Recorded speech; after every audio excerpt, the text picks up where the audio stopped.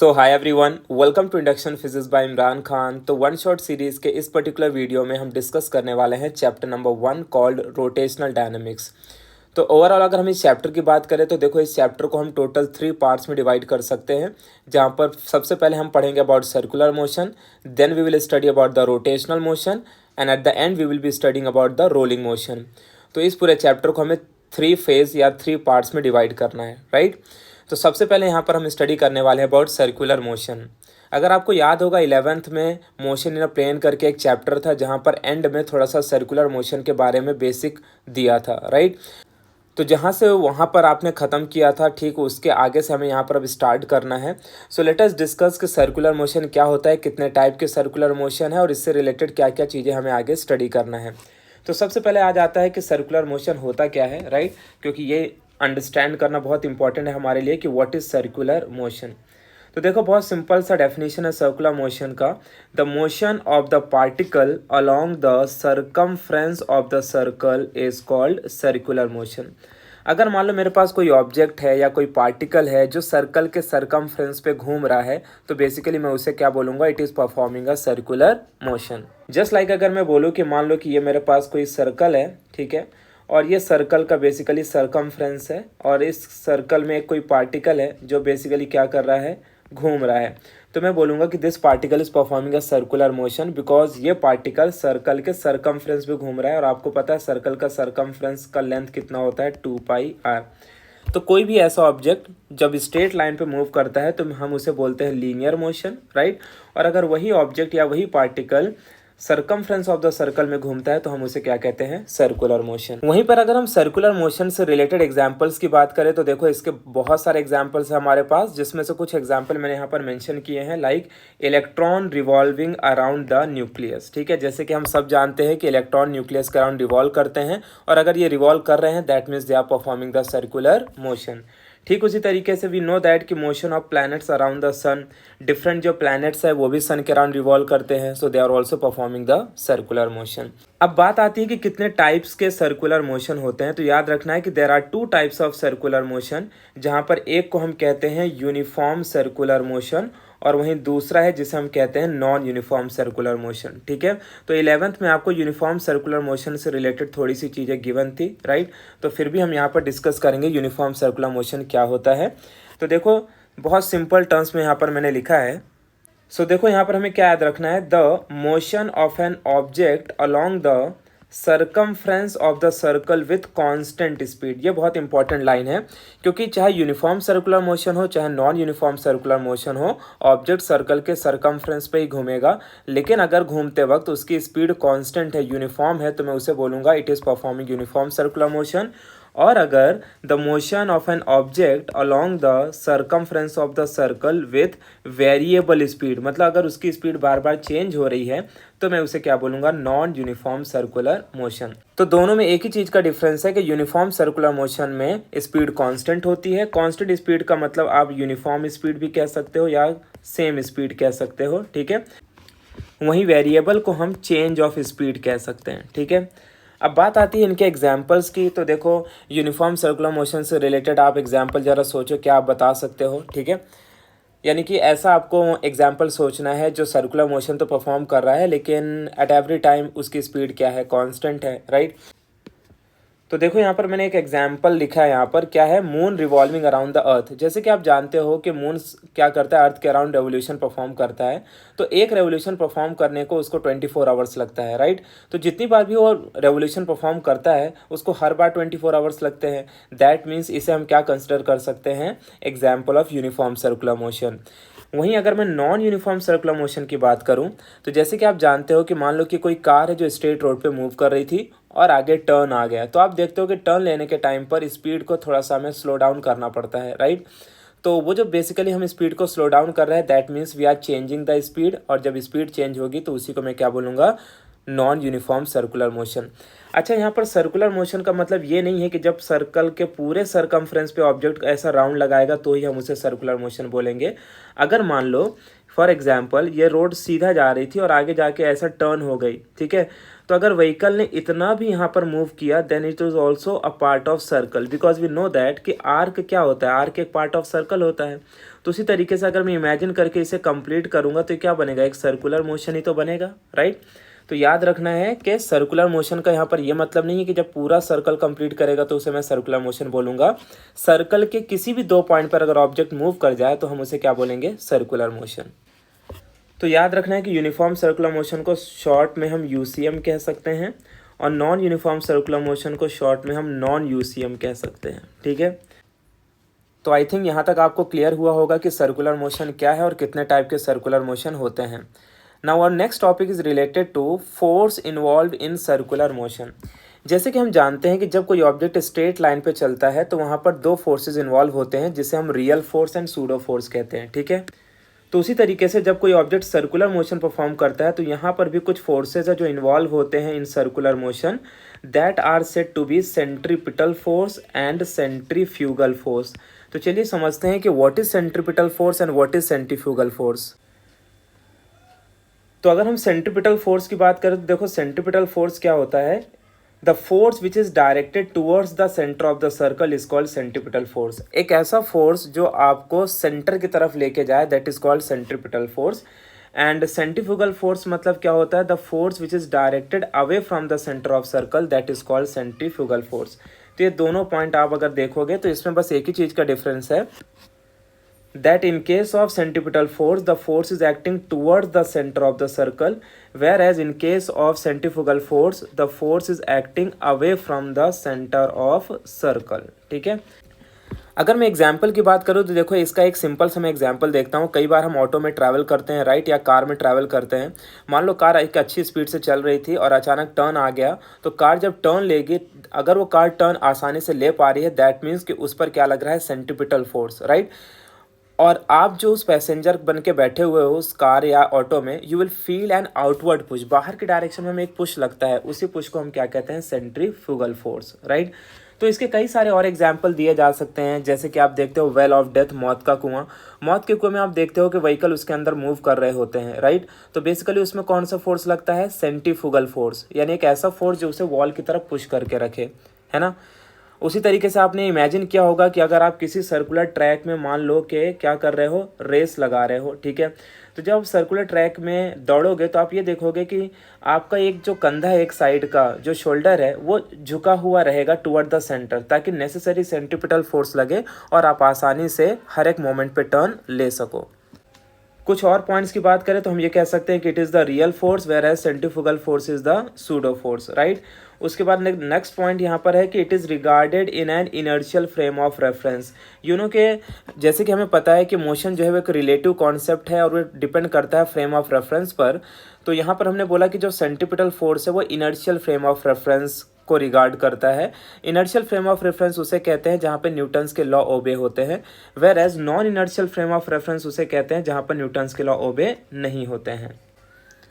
तो ये 2 मार्क्स के लिए एक इम्पॉर्टेंट क्वेश्चन बनता है इस पर्टिकुलर चैप्टर से। तो इस वीडियो को आप पूरा एंड तक देखना, क्योंकि बीच बीच में मैं सारी चीज़ें बताता रहूँगा कि एग्ज़ाम के लिए क्या इंपॉर्टेंट है, क्या पढ़ना है, क्या नहीं पढ़ना है, एंड किस तरह से क्वेश्चन पूछे जाएंगे। साथ ही साथ में मैं एंड ऑफ द वीडियो में एक लिस्ट भी अटैच करके दूंगा नंबर ऑफ क्वेश्चंस की, और उन सारे क्वेश्चन के आंसर आपको यहाँ पर मिल जाएंगे इसी पर्टिकुलर नोट में।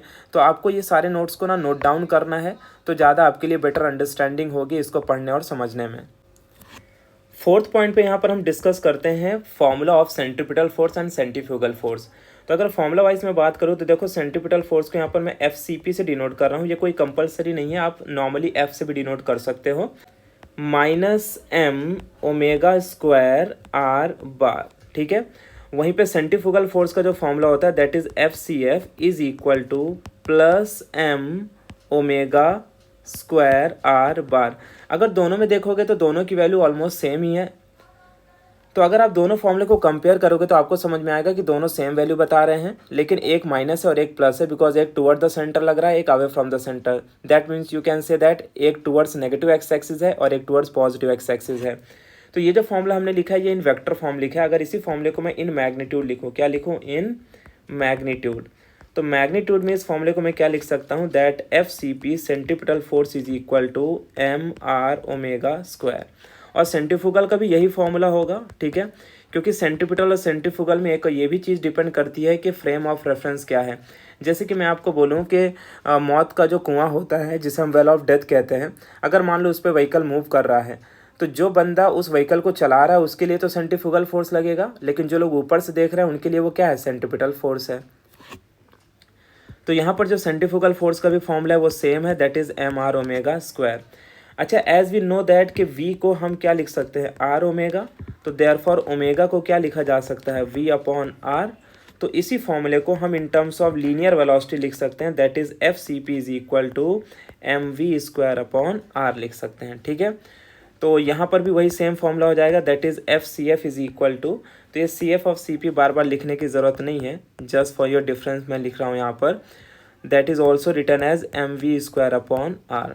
तो याद रखना है कि सेंट्रीपिटल फोर्स हो चाहे सेंट्रीफ्यूगल फोर्स हो, दोनों की वैल्यू इन मैग्नीट्यूड सेम होती है, खाली डायरेक्शन में दोनों एक दूसरे के ऑपोजिट होते हैं। तो ये फॉर्मूला आपको याद रखना है, this is important formula in order to solve the numericals. Next topic is related to application of uniform circular motion. So there are basically three application जो हमें study करना है। The first is vehicle along a horizontal circular track, या इसी को मैं कह सकता हूँ vehicle moving on a curved horizontal road. Second है well of death और third है vehicle on a banked road. Vehicle on a bank road एक थोड़ा सा लेंदी पार्ट है तो उसे हम लास्ट में देखेंगे। सबसे पहले हमें देखना है that is vehicle moving along a horizontal circular track. तो मान लो कि हमारे पास कोई कार है जो एक सर्कुलर ट्रैक पे मूव कर रही है, तो हमें पता है जब कोई कार सर्कुलर ट्रैक पे मूव करेगी तो उसे अपने स्पीड को स्लो डाउन करना होगा, बिकॉज उसके लिए एक मैक्सिमम सेफ्टी स्पीड होगी, जिसके ज़्यादा अगर उसने स्पीड को एक्सीड किया तो वो आसानी से टर्न नहीं ले पाएगा। तो बस वही मैक्सिमम सेफ्टी स्पीड का हमें यहाँ पर फॉर्मूला डिराइव करना है, जिसका हमें आंसर मिलता है v is equal to root of mu S R G. तो इसके लिए हमें सबसे पहले ये समझना होगा कि हॉरिजॉन्टल रोड क्या होता है और हॉरिजॉन्टल कर्व रोड किसे कहते हैं। तो अगर अपने आप आसपास देखोगे और अगर आपको एक सीधी रोड दिखाई दे रही होगी तो वो बेसिकली सीधी रोड क्या कहलाएगी, हॉरिजॉन्टल रोड। लेकिन वही रोड अगर आगे जाके टर्न ले ले तो उसी रोड को हम क्या बोल देंगे, curved horizontal road. Curved horizontal road में क्या होता क्या है कि जब कोई कार मूव करती है तो जब तक वो सीधे इस रोड पे चल रही है तो वो किसी भी स्पीड पे मूव कर सकती है, लेकिन जैसे वो टर्न लेगी तो टर्न लेने के टाइम पर उसे अपनी स्पीड को मेंटेन करना होगा, क्योंकि अगर बहुत ज़्यादा स्पीड होगी तो टर्न नहीं ले पाएगी। तो उसी स्पीड का फॉर्मूला हम कैलकुलेट करेंगे। तो सबसे पहले हमें कुछ कंसिडरेशन पॉइंट्स बताने हैं, जहाँ पर हमने लिखा है कि consider a car of mass capital M और यू कैन से small m moving on a curved horizontal road of radius small r and velocity v। तो जैसे कि आप देख पा रहे हो ये बेसिकली एक रोड है और इस रोड का जो रेडियस है लेट इट भी मान लेते हैं r है। ठीक है, ये रोड का रेडियस r है और जो व्हीकल है यहाँ पर, ये इस व्हीकल का आप पीछे का सेक्शन देख रहे हो। मतलब कैसा है कि जैसे कोई कार या ट्रक या बस आप ले सकते हो, वो आगे की तरफ मूव कर रही है और अगर आप उसे पीछे से देखोगे तो आपको कुछ इस तरीके से दिखाई देगी। तो इस व्हीकल का यानी कार का जो टोटल मास है, तो जैसे कि हमें पता है मास हमेशा कहाँ एक्ट होता है, मास ऑलवेज एक्ट वर्टिकली डाउनवर्ड। तो mg जो है हमेशा कहाँ एक्ट होगा, वर्टिकली डाउनवर्ड डायरेक्शन पे एक्ट होगा। अब जितना वेट नीचे की तरफ एक्ट होता है तो सरफेस भी क्या करेगा, उसके ऊपर उतना ही फोर्स अपवर्ड डायरेक्शन पे लगाएगा, जिसे हम क्या कहते हैं, नॉर्मल कहते हैं, राइट। तो देखो नीचे के डायरेक्शन में कौन सा फोर्स लग रहा है, वेट mg, तो ऊपर के डायरेक्शन में फोर्स क्या लग रहा है, नॉर्मल रिएक्शन। तो यहाँ पर हमने वही बोला है the force acting on the car. तो देखो कार के ऊपर क्या क्या फोर्स लग रहे हैं। So force acting on the car are weight mg which is vertically downward and normal reaction which is acting vertically upward. क्योंकि देखो ये वाला जो कंपोनेंट है ना n और mg, ये बेसिकली वर्टिकल कंपोनेंट है और आपको याद रखना है वर्टिकल कंपोनेंट का हमेशा काम होता है वेट को बैलेंस करना, ठीक है। और जो हॉरिजॉन्टल कंपोनेंट होगा उसका काम होता है सेंट्रीपिटल फोर्स प्रोवाइड करना, क्योंकि अगर किसी भी व्हीकल को सर्कुलर ट्रैक में टर्न लेना है तो जितना नेसेसरी सेंट्रीपिटल फोर्स चाहिए उतना सेंट्रीपिटल फोर्स एक्ट होना चाहिए। अगर उतना सेंट्रीपिटल फोर्स एक्ट नहीं होगा तो वो कार सर्कुलर मोशन परफॉर्म नहीं कर पाएगी, ठीक है। तो देखो, तो सबसे पहले तो हमें यहाँ पर वर्टिकल फोर्सेस के बारे में डिस्कशन कर लिया। अब आपको पता है कि अगर इसे टर्न लेना है तो टर्न लेने के लिए सेंट्रीपिटल फोर्स की रिक्वायरमेंट होगी। अब ये सेंट्रीपिटल फोर्स कौन प्रोवाइड करेगा, तो सेंट्रीपिटल फोर्स प्रोवाइड करेगा फोर्स ऑफ फ्रिक्शन, जो कहाँ लगेगा, रोड और टायर के बीच में लगेगा। ठीक है, देखो सेंट्रीपिटल फोर्स कभी भी खुद से जनरेट नहीं होगा। जैसे कि आपने पढ़ा होगा, जब कोई प्लैनेट सन के अराउंड रिवॉल्व करता है तो वहाँ पर एक ग्रेविटेशनल फोर्स ऑफ अट्रैक्शन होता है, और वो gravitational force of attraction provide करता है सेंट्रीपिटल फोर्स, जिसकी वजह से प्लैनेट क्या कर पाते हैं, सर्कुलर मोशन परफॉर्म कर पाते हैं। उसी तरीके से आपने देखा होगा कि जब कोई इलेक्ट्रॉन न्यूक्लियस के अराउंड रिवॉल्व करता है तो उसको भी किसकी रिक्वायरमेंट होगी, सेंट्रीपिटल फोर्स की। तो वो सेंट्रीपिटल फोर्स उसे कौन प्रोवाइड करेगा, इलेक्ट्रोस्टैटिक फोर्स ऑफ अट्रैक्शन। तो ठीक उसी तरीके से जब कोई व्हीकल सर्कल में टर्न लेगा तो वहाँ पर भी सेंट्रीपिटल फोर्स की रिक्वायरमेंट होगी, लेकिन वो सेंट्रीपिटल फोर्स हमें कौन प्रोवाइड करेगा, फोर्स ऑफ फ्रिक्शन। और ये फोर्स ऑफ फ्रिक्शन कहाँ एक्ट होगा, रोड और टायर के बीच में। ठीक है, तो चलो सबसे पहले हम यहाँ पर इनके फोर्सेस को लिख लेते हैं। So therefore we can say that normal N is equal to m g, यानी ये जो नॉर्मल एन है वो क्या कर रहा है, बेसिकली वेट को बैलेंस कर रहा है। ठीक है, एंड जो यहाँ पर एफ एस है, मतलब फोर्स ऑफ स्टैटिक फ्रिक्शन, ये क्या प्रोवाइड कर रहा है, सेंट्रीपिटल फोर्स, और सेंट्रीपिटल फोर्स का फॉर्मूला होता है M we square upon R. ठीक है, इसको हम मान लेते हैं this is equation number 1 and this is equation number 2। तो इस तरीके से हमने दोनों फोर्सेस लिख लिए। याद ये रखना है कि देखो ये वाला जो है ये है वर्टिकल कंपोनेंट और ये है हॉरिजॉन्टल कंपोनेंट। वर्टिकल कंपोनेंट हमेशा वेट को बैलेंस करता है और horizontal component centripetal force provide करता है। सो अब हम इसको आगे सॉल्व करते हैं। इसको सॉल्व करने के लिए हमें क्या करना होगा, therefore we will write dividing equation 2 by 1। Equation 2 को 1 से डिवाइड करेंगे तो हमें क्या मिलेगा, देखो we can write F S by N is equal to, F S की वैल्यू क्या है, M we square upon are, और एन की वैल्यू क्या है, एम जी। यहाँ से एम देखो क्या हो गया, कैंसल। तो अगर एम से एम कैंसल हो गया तो अपने को इक्वेशन क्या मिला, F S by N is equal to we square upon R G.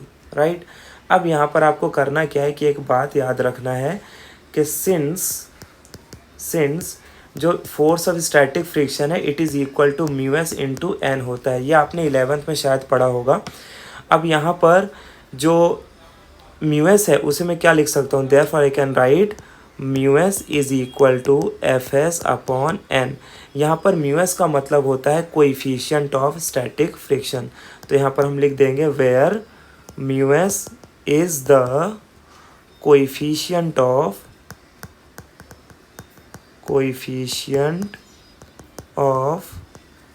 Static friction. तो म्यू एस क्या है, कोएफिशिएंट ऑफ स्टैटिक फ्रिक्शन। तो अगर आप इस इक्वेशन को ध्यान से देखोगे तो इस इक्वेशन में हम यहाँ पर एक क्या करेंगे, एफ एस बाई एन की जगह पर म्यू एस को पुट कर देते हैं। तो जैसे हम म्यू एस को पुट करेंगे तो ये क्या इक्वेशन बन जाएगा, so therefore I can write F S by N की जगह पर क्या हो जाएगा, म्यू एस एन, और ये वी स्क्वायर को वी स्क्वायर रखेंगे। तो सिंस हमें वी कैलकुलेट करना है तो इसको क्रॉस मल्टीप्लिकेशन करेंगे तो वी स्क्वायर की वैल्यू क्या मिल जाएगी, म्यू एस आर जी। ठीक है, अब हम यहाँ से रूट को हटा लेते हैं। जैसे हम रूट को हटाएंगे तो यहाँ पर रूट लग जाएगा और रूट लगते ही हमें अपना इक्वेशन मिल जाएगा that v is equal to root of mu S R G. तो this is the maximum safety speed to take a turn on a curved road.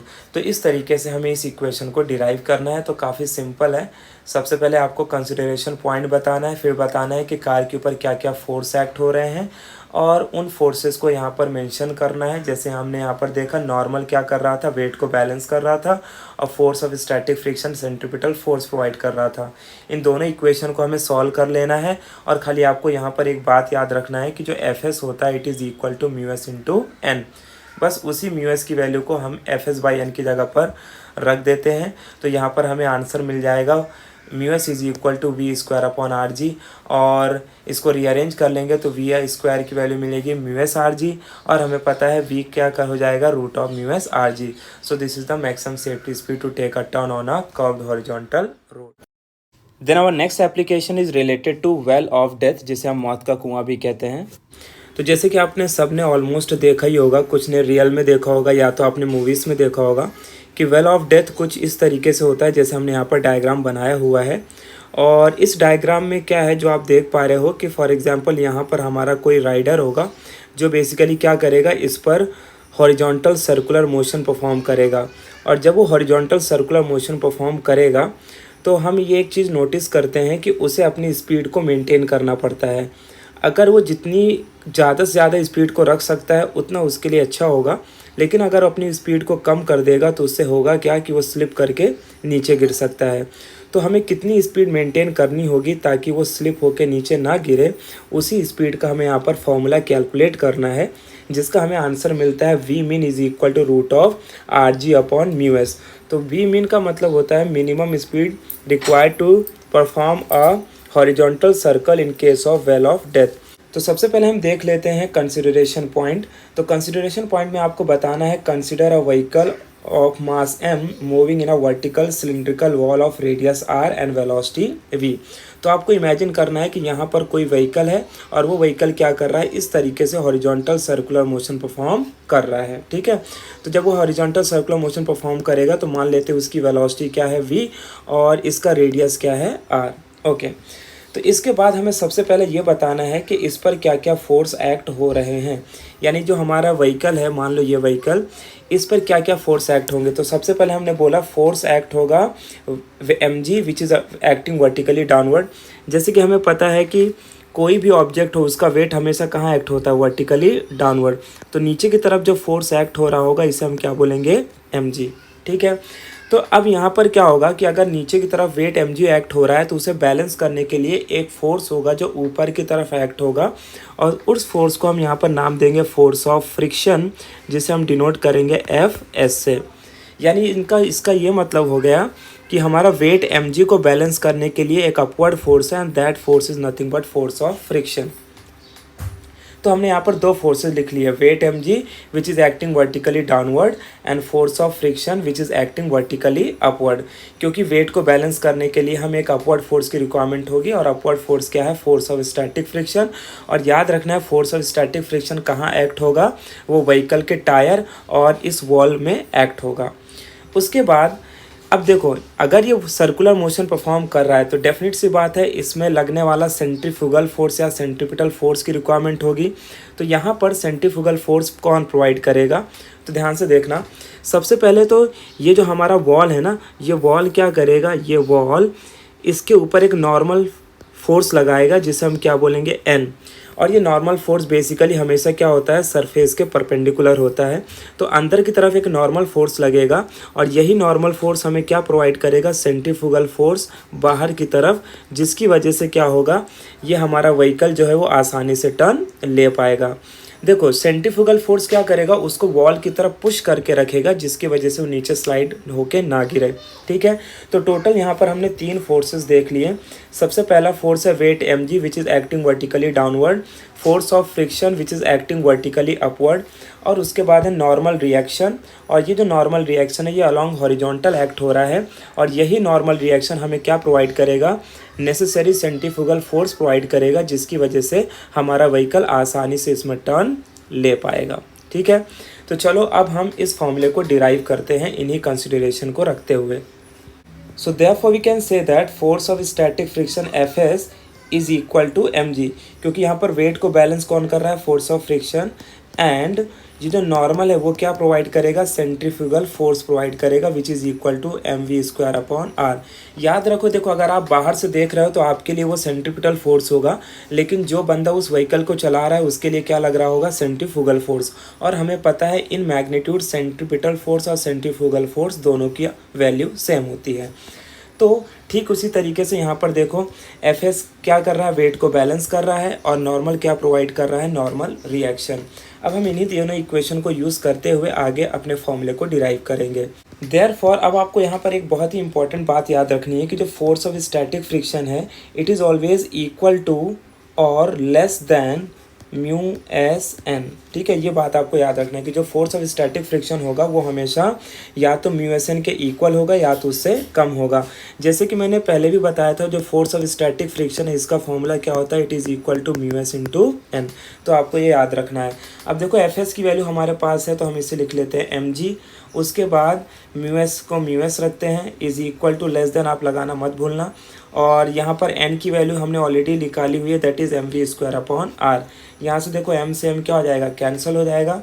तो अगर m से m कैंसिल हो गया तो मैं इसे लिख सकता हूँ R G is equal to less than mu S into V का स्क्वायर। ठीक है, अब इसको आगे हम थोड़ा सा और सॉल्व करते हैं। तो देखो हम इसे क्या लिख सकते हैं, देयरफॉर मैं इसे क्या लिख सकता हूँ, R G upon mu S equal to less than V square. अब हमें यहाँ पर पता है, देखो स्क्वायर मैं हटाऊंगा तो यहाँ पर रूट आ जाएगा।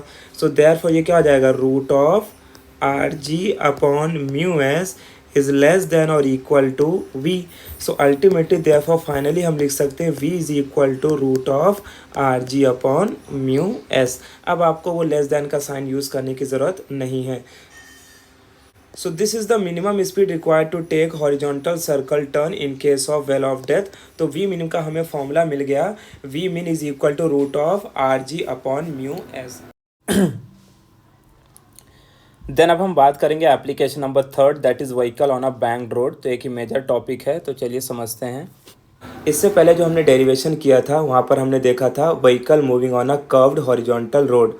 तो कर्व्ड हॉरिजॉन्टल रोड और कर्व्ड बैंक रोड में क्या डिफरेंस है, थोड़ा हम उसे समझ लेते हैं और फिर इस टॉपिक पर आगे बढ़ते हैं। तो जैसे कि आप यहाँ पर देख पा रहे हो, यहाँ पर मैंने लिखा है कर्व्ड हॉरिजॉन्टल रोड और ये क्या है, कर्व्ड बैंक रोड।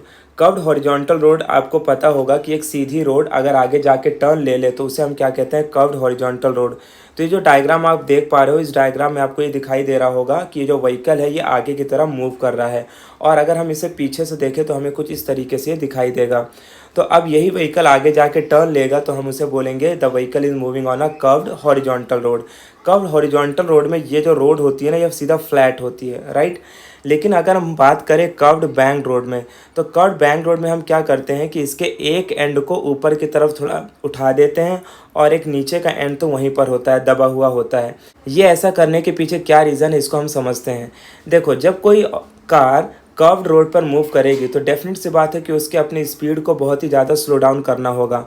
लेकिन अगर हम चाहते हैं कि हम अपनी कार की स्पीड को ज़्यादा स्लो डाउन ना करें और टर्न भी आसानी से ले सके, तो फिर वहाँ पर हमें रोड को बैंक्ड करना पड़ता है। बैंक्ड करने का मतलब है रोड के दूसरे एंड को थोड़ा सा उठा देना, जिसकी वजह से एक एलिवेशन मिलेगा और इसमें आसानी से हमारा जो भी व्हीकल है वो टर्न ले पाएगा। लेकिन अब इन दोनों में डिफरेंस कहाँ पर आता है, देखो रोड जितनी बैंक्ड होगी मतलब उतना एंगल बढ़ता जाएगा, जितना एंगल बढ़ता जाएगा उससे होगा क्या कि अब आपको मिनिमम स्पीड भी मेंटेन करना पड़ेगा और आपको मैक्सिमम स्पीड भी मेंटेन करना पड़ेगा। जबकि जब कोई ऑब्जेक्ट हॉरिजॉन्टल कर्व रोड पर मूव करता है तो उसे सिर्फ अपनी मैक्सिमम स्पीड को ही मेंटेन करना होता है, लेकिन वही ऑब्जेक्ट जब बैंक्ड रोड पर मूव करेगा तो उसे मिनिमम स्पीड भी मेंटेन करना पड़ेगा और मैक्सिमम स्पीड भी मेंटेन करना पड़ेगा। क्योंकि अगर वो मिनिमम स्पीड मेंटेन नहीं करेगा तो वो व्हीकल स्लिप होकर नीचे आ जाएगा, और अगर वो मैक्सिमम स्पीड को मेंटेन नहीं करेगा तो स्किड ऑफ होके बाहर चला जाएगा। हम देखते हैं कि बैंकिंग ऑफ रोड क्या होता है। बैंकिंग ऑफ रोड का मतलब होता है the process of raising outer as of a road over it's inner as through certain angle is called banking of road. यानी कि किसी रोड के आउटर एज को थोड़ा ऊपर उठा देना और नीचे के एज को थोड़ा सा दबा देना, इस प्रोसेस को हम क्या कहते हैं, बैंकिंग ऑफ रोड कहते हैं। और इस प्रोसेस में होता क्या है कि दो रोड के बीच में एक एंगल बन जाता है और उस एंगल को हम क्या कहते हैं, एंगल ऑफ बैंकिंग कहते हैं, और इस प्रोसेस को हम क्या कहते हैं, बैंकिंग ऑफ रोड। तो अब हम देखते हैं कि एंगल ऑफ बैंकिंग क्या होता है। तो एंगल ऑफ बैंकिंग का मतलब हो गया the angle made by the surface of the road with the horizontal road is called angle of banking. जैसे कि आप ये डायग्राम में यहाँ पर देख पा रहे हो, अगर आप इस डायग्राम को ध्यान से देखोगे तो आपको दिखेगा ये तो हॉरिजॉन्टल रोड थी हमारी। हमने क्या किया, इस हॉरिजॉन्टल रोड को थोड़ा सा ऊपर की तरफ एक एंड इसका उठा दिया, तो अब ओरिजिनल रोड हमारी ये बन गई। तो ये जो सरफेस ऑफ रोड है और ये जो हॉरिजॉन्टल रोड है, इन दोनों के बीच में एक एंगल बन रहा है थीटा, इसी को हम क्या कहते हैं, एंगल ऑफ बैंकिंग कहते हैं। अब आप देखोगे कि जितना ज़्यादा एंगल ऑफ बैंकिंग थीटा बढ़ता जाएगा उतनी रोड और बैंक्ड होती जाएगी, और जितनी रोड बैंक्ड होती जाएगी उतना हमें आसानी होगी, हम ज़्यादा स्पीड से टर्न ले पाएंगे।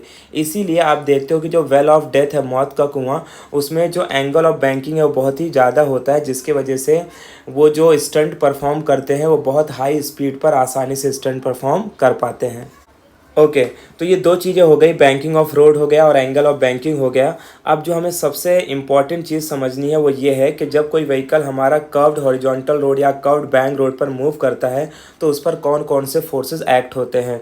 तो देखो, जैसे सबसे पहले हम एग्जाम्पल लेते हैं कर्व्ड हॉरिजॉन्टल रोड का। तो हमें पता है कि कोई भी ऑब्जेक्ट अगर सरफेस पे रखा हुआ है, चाहे वो व्हीकल हो या कोई भी ऑब्जेक्ट हो, तो उसका जो वेट होता है वो हमेशा किधर एक्ट होता है, weight always act vertically downward. तो mg जो है वो हमेशा किधर एक्ट होगा, वर्टिकली डाउनवर्ड। और हमें पता है जिस सरफेस पर ये है वो सरफेस इसके ऊपर क्या लगाएगी, एग्जैक्टली ऊपर की तरफ एक फोर्स लगाएगी जिसे हम बोलते हैं नॉर्मल रिएक्शन। और वो नॉर्मल रिएक्शन भी किसके इक्वल होता है, वेट mg के ही इक्वल होता है। तो कर्व्ड हॉरिजॉन्टल रोड में वेट mg का डायरेक्शन और नॉर्मल का डायरेक्शन दोनों एग्जैक्टली एक दूसरे के क्या है, अपोजिट है। लेकिन अब ध्यान से देखना, इसी को मैं क्या करता हूँ, यहाँ पर देखता हूँ ये वाले डायग्राम में कर्व्ड बैंक रोड में। तो देखो अभी भी वेट mg जो है वो किधर एक्ट होगा, weight mg always act in the vertical downward direction. तो वेट mg तो डाउनवर्ड डायरेक्शन में एक्ट हो रहा है, लेकिन अब नॉर्मल को जो डायरेक्शन है ना वो कुछ ऐसा हो जाएगा। नॉर्मल का डायरेक्शन हमारा अब ऐसा हो गया। अब देखो ये जो नॉर्मल का डायरेक्शन है वो परफेक्टली स्ट्रेट लाइन में नहीं है। क्यों? क्योंकि जो नॉर्मल होता है ना वो हमेशा सरफेस के परपेंडिकुलर होता है। तो जब हमारा सरफेस ऐसा था, रोड ऐसी थी, तो नॉर्मल ऐसा एक्ट हो रहा था। अब हमने रोड को क्या कर दिया, टिल्ट कर दिया है, तो अब हमारा नॉर्मल ऐसा हो जाएगा, राइट। तो जितना ज़्यादा हम एंगल बैंक्ड करते जाएंगे उतना नॉर्मल रिएक्शन का पोजीशन चेंज होता चला जाएगा। तो ये दो बातें आपको बहुत इंपॉर्टेंटली याद रखनी है आगे के डेरिवेशन को सॉल्व करने के लिए। जैसे कि मैंने बोला कि जब हमारा व्हीकल कर्व्ड बैंक रोड पर मूव करेगा तो उसे मैक्सिमम स्पीड और मिनिमम स्पीड दोनों मेंटेन करना होगा। तो यहाँ पर हम मिनिमम स्पीड को लोअर स्पीड लिमिट बोलेंगे और मैक्सिमम स्पीड को अपर स्पीड लिमिट बोलेंगे। और हमें यहाँ पर अपर स्पीड लिमिट का डेरिवेशन डिराइव करना है, जिसका आंसर हमें मिलेगा V max is equal to root of are G tan theta plus mu S upon 1 minus mu S tan theta. तो सबसे पहले यहाँ पर आप देख पा रहे हो कि मैंने कर्व्ड बैंक रोड यहाँ पर बनाया हुआ है और ये हमारा व्हीकल है। यहाँ पर सबसे पहले हमें कुछ कंसिडरेशन पॉइंट्स बताने पड़ेंगे।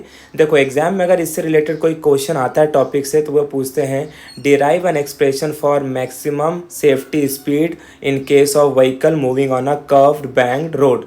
तो आपको जिस तरीके से मैं करा रहा हूँ उसी तरीके से आपको इसका आंसर देना है, ठीक है। तो सबसे पहले तो हमें क्या बताना पड़ेगा, कंसिडरेशन पॉइंट बताने होंगे। तो हम लिख लेते हैं कंसीडर अ व्हीकल जिसका मास m है moving on a curved banked road with radius r and velocity v। तो ये तो बहुत कॉमन सा कंसिडरेशन है, ये आप बता दोगे। उसके बाद सबसे पहले हमें बताना है कि ये जो हमारा व्हीकल है इस व्हीकल में कौन कौन से फोर्स एक्ट हो रहे हैं। सो देखो सबसे पहले यहाँ पर क्या दिया है, वेट mg। तो वेट mg जो है वो बेसिकली कहाँ एक्ट होगा, वर्टिकली डाउनवर्ड। ये आपको हमेशा याद रखना है कि कोई भी ऑब्जेक्ट का जो वेट होता है वो कहाँ एक्ट होता है, वर्टिकली डाउनवर्ड। तो सबसे पहले मान लेते हैं कि जो हमारा व्हीकल है इस व्हीकल का जो वेट है वो किधर एक्ट हो रहा है, it is acting vertically downward. तो weight mg is acting vertically downward. उसके बाद देखो जिस सरफेस पर हमारा कोई ऑब्जेक्ट होता है या जिस रोड पे हमारा व्हीकल है वो रोड भी क्या करेगी, उसके ऊपर एग्जैक्टली उतना ही फोर्स लगाएगी जितना उसका वेट है। उसी को हम क्या कहते हैं, नॉर्मल रिएक्शन कहते हैं, जो कि किस डायरेक्शन में लगेगा, अपवर्ड डायरेक्शन पे। अब यहाँ पर आपको याद रखना है कि अगर रोड हमारी सीधी होती तो नॉर्मल रिएक्शन एग्जैक्टली उसके ऑपोजिट डायरेक्शन पे लगता, लेकिन हमारा यहाँ पर जो सरफेस है वो थीटा एंगल पर है, इसी वजह से जो लगने वाला जो नॉर्मल रिएक्शन होगा वो भी थीटा एंगल से टिल्ट हो जाएगा, राइट। ओके, तो ये हमारा हो गया normal reaction N which is acting in the upward direction. अब हमने बोला क्या है, ध्यान से सुनो, कि जो नॉर्मल एन है ना इसको हमने इसके दो कंपोनेंट में रिजॉल्व कर लिया है। अब दो कंपोनेंट में डिवाइड करना या रिजॉल्व करने का मतलब क्या है, बिकॉज देखो जो वेट mg है ना उसको बैलेंस करने के लिए हमें एक ऐसा फोर्स चाहिए जो उसके एकदम अपोजिट डायरेक्शन में ऊपर की तरफ हो। लेकिन जो नॉर्मल है वो एग्जैक्टली ऊपर के डायरेक्शन में नहीं है। तो हम क्या करेंगे, नॉर्मल एन को दो कंपोनेंट में डिवाइड कर देंगे, N cos theta and N sine theta. तो यहाँ से मैं इसको कुछ इस तरीके से डिवाइड कर लेता हूँ। ये हो गया हमारा एन कॉस थीटा और इसके इधर साइड को हम क्या बोल देंगे, एन साइन थीटा। ठीक है, तो ये इसी प्रोसेस को हम क्या कहते हैं, रेजोल्यूशन ऑफ वेक्टर। तो एक वेक्टर के यहाँ पर दो कंपोनेंट हो गए, along vertical and along horizontal. तो वर्टिकल कंपोनेंट मिल गया N cos theta, horizontal component मिल गया एन साइन थीटा। ठीक है, इसके बाद हमने बोला कि अब जब ऑब्जेक्ट मूव करेगा तो मूव करने के लिए डेफिनेट सी बात है उसे सेंट्रीपिटल फोर्स की रिक्वायरमेंट होगी, तभी तो टर्न ले पाएगा। तो अब उसे सेंट्रीपिटल फोर्स कौन प्रोवाइड करेगा, तो सेंट्रीपिटल फोर्स प्रोवाइड करेगा फोर्स ऑफ फ्रिक्शन, जो कहाँ पर लगेगा, रोड और टायर के बीच में लगेगा। तो ये मान लेते हैं कि हमारा फोर्स ऑफ फ्रिक्शन क्या है, एफ एस। अच्छा, फोर्स ऑफ फ्रिक्शन यहाँ पर नीचे के डायरेक्शन पे लगेगा, क्योंकि हम नहीं चाहते हैं कि हमारी जो व्हीकल हो वो स्किड ऑफ होके बाहर जाए। तो फोर्स ऑफ फ्रिक्शन क्या करेगा, उसे नीचे की तरफ पुल करके रखेगा। अब यहाँ पर देखो, जो फोर्स ऑफ फ्रिक्शन है ना तो ये पूरी तरीके से वर्टिकल डायरेक्शन में है, ना तो ये पूरी तरीके से हॉरिजॉन्टल डायरेक्शन में है। तो इसको भी हम क्या करेंगे, इसके दो कंपोनेंट में इसे रिजॉल्व कर लेते हैं। तो देखो, एक कंपोनेंट ये हो जाएगा, राइट, एक कंपोनेंट ये हो गया जिसे हम बोलेंगे हॉरिजॉन्टल कंपोनेंट, और एक कंपोनेंट होगा जो नीचे के डायरेक्शन पे होगा, इसे हम बोलेंगे वर्टिकल कंपोनेंट। ओके, तो अब यहाँ पर एंगल क्या बन रहा है, दिस इज एंगल थीटा। तो अगर ये एंगल थीटा है तो क्या होगा, इधर वाली साइड को हम क्या बोल देंगे, we call F S cos theta, और ये वाली जो साइड है इसे हम क्या बोल देंगे, एफ एस साइन थीटा। ठीक है, तो इस तरीके से देखो हमने नॉर्मल रिएक्शन के भी दो कंपोनेंट देख लिए और फोर्स ऑफ फ्रिक्शन के भी दो कंपोनेंट देख लिए। अब ओवरऑल आप देख पा रहे हो कि जो vertical component N cos theta, F sine theta और एम जी, ये सारे के सारे क्या हो गया, वर्टिकल कंपोनेंट। वहीं अगर हॉरिजॉन्टल कंपोनेंट की बात करें तो हॉरिजॉन्टल कंपोनेंट में हमारे पास क्या क्या है, N sine theta and F S cos theta. तो जो वर्टिकल कंपोनेंट होता है वो हमेशा वेट को बैलेंस करता है, और जो हॉरिजॉन्टल कंपोनेंट होता है वो सेंट्रीपिटल फोर्स प्रोवाइड करता है। इसी कॉन्सेप्ट को यूज़ करते हुए हम आगे डेरिवेशन को सॉल्व करेंगे। तो जैसे कि हमने बोला, वर्टिकल डायरेक्शन में कौन कौन से फोर्स लग रहे हैं, सबसे पहला वेट mg लग रहा है नीचे की तरफ, और उसके बाद क्या है, देखो उसके बाद आप देख पा रहे हो डायग्राम में जो एफ एस साइन थीटा है वो भी किधर की तरफ है, नीचे की तरफ। तो ये हो जाएगा F S sine theta. Okay, और उसके बाद जो अपवर्ड डायरेक्शन में वो क्या है, normal, which is equal to N cos theta. तो ये हमारे वर्टिकल कंपोनेंट के फोर्सेज हो गए। उसके बाद हम हॉरिजॉन्टल कंपोनेंट के फोर्सेज देख लेते हैं। तो हॉरिजॉन्टल कंपोनेंट में दो फोर्सेज है, N sine theta and F S cos theta. तो ये हो जाएगा हमारा एन साइन थीटा और दूसरा क्या है, एफ एस कॉस थीटा। ठीक है, देयरफॉर द वर्टिकल कंपोनेंट कौन कौन से वर्टिकल कंपोनेंट है, N cos theta and F S sine theta balances weight mg। ठीक है, तो ये दोनों कंपोनेंट क्या करेंगे, वेट को बैलेंस करेंगे। लेकिन यहाँ पर देखो दोनों कंपोनेंट का डायरेक्शन एक दूसरे के क्या है, अपोजिट है।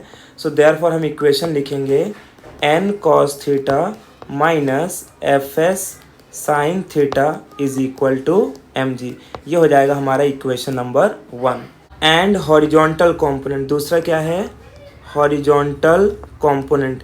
यहाँ पर जो हॉरिजॉन्टल कंपोनेंट है वो कौन कौन से हैं, हॉरिजॉन्टल कंपोनेंट है N sine theta and F S cos theta. ये दोनों मिलके क्या प्रोवाइड करेंगे, will provide necessary centripetal force. तो ये दोनों मिलके सेंट्रीपिटल फोर्स प्रोवाइड करेंगे। ओके, तो will provide necessary centripetal force. अब अगर देखोगे तो हॉरिजॉन्टल कंपोनेंट दोनों सेम डायरेक्शन पे हैं, तो इन्हें हम ऐड करके लिखेंगे। So therefore we can write N sine theta plus F S cos theta is equal to M we square upon R, क्योंकि सेंट्रीपिटल फोर्स का फॉर्मूला क्या होता है, M we square upon R. बस हमें ये दो इक्वेशन मिल गए, इन्हीं दोनों इक्वेशन को आगे हम सॉल्व करेंगे और इसी से हम अपना फॉर्मूला डिराइव कर लेंगे। So therefore I will write dividing equation 2 by 1। equation 2 को 1 से हम पहले डिवाइड करते हैं। तो देखो equation 2 हमारा क्या है, sine theta plus F S cos theta is equal to M we square upon R. ठीक है, और जो हमारा पहला इक्वेशन है उसको हम यहाँ पर उससे डिवाइड कर लेते हैं। देखो पहला इक्वेशन क्या है, that is N cos theta minus F S sine theta. तो ये हो जाएगा N cos theta minus F S sine theta और इज इक्वल टू ये क्या हो जाएगा एम जी। ठीक है, अब देखो यहाँ से m से m क्या हो जाएगा, कैंसल। तो अगर m से m कैंसल हो गया तो इस इक्वेशन को हम क्या लिख सकते हैं, therefore we can write n sine theta plus F S cos theta upon n cos theta minus F S sine theta is equal to we square upon R G. ठीक है, अब मैं क्या करता हूँ, इस इक्वेशन को ना n cos थीटा से डिवाइड कर देता हूँ कुछ इस तरीके से। जैसे पहले मैंने इक्वेशन लिखा n sin theta plus F S cos theta, इस पूरे इक्वेशन को मैं क्या करता हूँ n cos थीटा से डिवाइड कर देता हूँ। तो n cos थीटा से मैंने डिवाइड कर दिया, अपॉन उसके बाद ध्यान से सुनना, और फिर यहाँ पर क्या दिया है, अपॉन में आ जाएगा n cos theta minus F S sine theta, और वापस से इस इक्वेशन को मैं क्या करता हूँ n cos थीटा से डिवाइड। तो देखो अगर मैंने n cos थीटा से इसको डिवाइड किया है तो अगर मैं ये n cos थीटा को कैंसिल भी कर दूँ तो इक्वेशन में कोई फ़र्क नहीं पड़ेगा, लेकिन हमने n cos थीटा से इसलिए डिवाइड किया ताकि हम इसे आगे और सिंप्लीफाई कर सकें। अब देखो अब हम इसको स्प्लिट कर लेते हैं। तो जैसे मैं स्प्लिट करूँगा तो क्या लिख सकता हूँ, I can write n sine theta upon n cos theta plus ये हो जाएगा F S cos theta upon N cos theta, right. Upon में क्या आ जाएगा, देखो अपॉन में इसको भी नीचे भी स्प्लिट कर लेता हूँ। तो मैं इसको लिखता हूँ N cos theta upon N cos theta minus F S sine theta upon N cos theta. ठीक है, तो इस तरीके से हमने इसको स्प्लिट कर लिया और इसकी वैल्यू क्या है, V square upon R G. अब देखो यहाँ पर क्या क्या कैंसिल हो जाएगा, n से n कैंसिल, यहाँ पर n cos थीटा कैंसिल, उसके बाद यहाँ पर cos थीटा से cos थीटा कैंसिल, राइट। अब कैंसिल करने के बाद हमारे पास क्या बचा है उसको हम लिख लेते हैं। So therefore I can write, देखो यहाँ पर आप ध्यान से देखो, जो sine theta upon cos theta इसको हम क्या लिख सकते हैं, I can write this is equal to tan theta plus उसके बाद यहाँ पर देखो यहाँ पर क्या बचा हमारे पास, F S by N, right, upon उसके बाद ये तो पूरा कैंसिल हो गया तो इसे बोलेंगे वन माइनस, और यहाँ पर एफ एस बाई एन हो जाएगा, और साइन अपॉन कॉस को हम यहाँ पर क्या बोल देंगे, tan theta, which is equal to we square upon R G. अब इसको देखो हम फर्दर सॉल्व करके क्या लिख सकते हैं। नाउ सिंस यहाँ पर अब आपको एक बात याद रखनी है, सिंस जो फोर्स ऑफ स्टैटिक फ्रिक्शन है that is equal to mu S into N, ये इसका फॉर्मूला होता है। तो देयरफॉर यहाँ से मैं क्या लिख सकता हूँ, F S by N is equal to mu S, यानी कि जो एफ एस बाई एन है उसकी जगह पर मैं इसे क्या लिख सकता हूँ, म्यू एस लिख सकता हूँ, और म्यू एस को क्या कहते हैं, कोएफिशिएंट ऑफ स्टैटिक फ्रिक्शन। तो इसकी वैल्यू को हम यहाँ पर पुटअप करते हैं। तो therefore we can write therefore tan theta plus mu S upon one minus mu S tan theta which is equal to we square upon are G. So अब हम फाइनली क्या कर सकते हैं, अगर मुझे वी स्क्वायर निकालना है तो मैं क्रॉस मल्टीप्लिकेशन करता हूँ। तो इसको ऐसा लिख लेता हूँ पहले, और V square upon R G is equal to tan theta plus mu S upon one minus mu S tan theta. यहाँ पर मैंने कुछ अलग नहीं किया है, जस्ट मैंने लेफ्ट हैंड साइड को राइट हैंड साइड और राइट हैंड साइड को लेफ्ट हैंड साइड में लिख दिया है। Therefore I can write v square is equal to r g, इधर आ जाएगा, और ये पूरे टर्म को हम किस में लिख लेंगे, ब्रैकेट में। तो क्या हो जाएगा, tan theta plus mu S upon one minus mu S tan theta. ठीक है, अब मुझे तो वी स्क्वायर नहीं, मुझे तो वी चाहिए। तो जैसे मैं इसको वी लिखूंगा तो इधर साइड में क्या आ जाएगा, रूट। तो इसको कॉमन एक रूट ले लेते हैं, और ये हो जाएगा R G in the bracket tan theta plus mu S upon one minus mu S tan theta. So this is the maximum safety speed required to move a vehicle in a curved banked road. तो अब देखो जिस तरीके से हमने अपर speed limit को solve किया है ठीक उसी तरीके से हमें लोअर स्पीड लिमिट को भी सॉल्व करना है। तो इसका जो आप इक्वेशन देख रहे हो ना, ये जो आपको इक्वेशन मिल रहा है, इस इक्वेशन को अगर आप ध्यान से देखोगे तो ये ऑलमोस्ट वही इक्वेशन है, खाली वहाँ पर tan theta plus mu S था और यहाँ पर क्या है tan theta minus mu S, वहाँ पर 1 minus mu S tan theta था, यहाँ पर 1 plus mu S tan theta है। तो अब इसको सॉल्व करने के लिए आपको करना क्या है, देखो कंसिडरेशन पॉइंट जो मैंने यहाँ पर लिखे हुए हैं, ये कंसिडरेशन पॉइंट अगर हमारे एग्जाम में पूछा गया क्वेश्चन में दोनों चीज़ पूछी हुई है, अपर स्पीड लिमिट और लोअर स्पीड लिमिट, तो वापस से फिर आपको ये कंसिडरेशन पॉइंट लिखने की ज़रूरत नहीं है। लेकिन अगर इंडिविजुअल ही पूछा है कि आप लोअर स्पीड लिमिट को डिराइव करो या अपर स्पीड लिमिट को डिराइव करो, तो फिर आपको कंसिडरेशन पॉइंट बताने होंगे। तो अब इस डायग्राम को ध्यान से देखना है कि लोअर स्पीड लिमिट में बेसिकली क्या हो रहा है। तो देखो जैसे कि मैंने बोला वेट mg, इसमें भी किधर एक्ट होगा, weight mg always act in the downward direction, और नॉर्मल रिएक्शन का डायरेक्शन ये हो जाएगा, ये हमारा क्या है नॉर्मल रिएक्शन। हमने बोला वेट mg को बैलेंस करने के लिए हमें एक एग्जैक्टली उसके ऊपर के डायरेक्शन में फोर्स चाहिए, तो हम n को इसके दो कंपोनेंट में डिवाइड कर लेंगे, this is n cos theta और ये क्या बन जाएगा हमारा n sin थीटा, तो ये हो जाएगा n sin थीटा, राइट। अब उसके बाद देखो यहाँ पर अब सिंस हमें क्या करना है, लोअर स्पीड को मेंटेन करना है, मतलब हम नहीं चाहते कि हमारा जो व्हीकल है वो नीचे फिसल के आए, तो इसके लिए हमें जो फोर्स ऑफ फ्रिक्शन अप्लाई करना पड़ेगा वो किस डायरेक्शन पे अप्लाई होगा, ऊपर के डायरेक्शन में अब फोर्स ऑफ फ्रिक्शन लगेगा, तो इसे हम क्या बोलेंगे Fs, यानी कि जो फोर्स ऑफ फ्रिक्शन है ये व्हीकल को ऊपर की तरफ खींच के रखेगा, जिसकी वजह से वो स्लिप होकर नीचे नहीं आएगा। लेकिन जैसे कि आप देख पा रहे हो कि जो Fs है ना तो ये वर्टिकल डायरेक्शन पे है ना तो ये हॉरिजॉन्टल, और हमें इसे क्या करना पड़ेगा, इसके दो कंपोनेंट में डिवाइड करना होगा। तो मैं इसे कुछ ऐसा डिवाइड कर लेता हूँ, तो ये वाला जो है इधर को मैं लिख लेता हूँ, ये थीटा है, और इस अगर ये थीटा है तो ये हो जाएगा हमारा Fs cos थीटा, और इधर वाला जो कंपोनेंट बनेगा इस कंपोनेंट को हम यहाँ पर क्या बोल देंगे, this will B Fs sin theta, ठीक है। तो अब यहाँ पर देखो हमने फोर्स ऑफ स्टैटिक फ्रिक्शन को भी दो कंपोनेंट में डिवाइड कर लिया। अब अगर आप अपर स्पीड लिमिट और लोअर स्पीड लिमिट के डायग्राम को कंपैरिजन करोगे तो वहाँ पर आपको क्या मिला था कि जो हमारा n cos थीटा था वो तो ऊपर के डायरेक्शन में था, लेकिन Fs sin थीटा नीचे के डायरेक्शन में था, राइट। उसी तरीके से जब हमने हॉरिजॉन्टल कंपोनेंट देखा था तो n sin थीटा और Fs cos थीटा दोनों एक डायरेक्शन में थे, अब ये दोनों दूसरे के अपोजिट डायरेक्शन में है, तो बस इतना ही चेंज होगा। तो इतना चेंज करने की वजह से होगा क्या, देखो बहुत ही सिंपल है, मैं आपको बता देता हूँ क्या क्या चेंज करना है इसमें, तो आप आसानी से लोअर स्पीड लिमिट को भी डिफाइन कर सकते हो। अब हमें यहाँ पर पता है कि सबसे ऊपर के डायरेक्शन में जो फोर्स लग रहा है उसे हमने क्या बोला, n cos theta. Weight mg तो वैसे भी हमेशा वर्टिकली डाउनवर्ड ही एक्ट होगा, ओके। अब उसके बाद देखो ऊपर के डायरेक्शन में एक और फोर्स लग रहा है जिसे आप बोल रहे हो Fs sin थीटा, ठीक है, दिख रहा है, यानी कि Fs sin थीटा और n cos थीटा ये दोनों क्या है अपवर्ड डायरेक्शन पे लगने वाले फोर्स हैं, और ये दोनों मिलकर वेट mg को बैलेंस करेंगे। उसके बाद जो हॉरिजॉन्टल फोर्स है वो देखो क्या है, n sin थीटा, तो इधर की तरफ है n sin थीटा, और इस डायरेक्शन में हमें क्या मिल गया, Fs cos थीटा। तो अब ये जो हमारा हॉरिजॉन्टल कंपोनेंट है n sin theta Fs cos theta, ये दोनों मिलके हमें क्या प्रोवाइड करेंगे, सेंट्रीपिटल फोर्स प्रोवाइड करेंगे। बस इतना ही चेंज है यहाँ पर।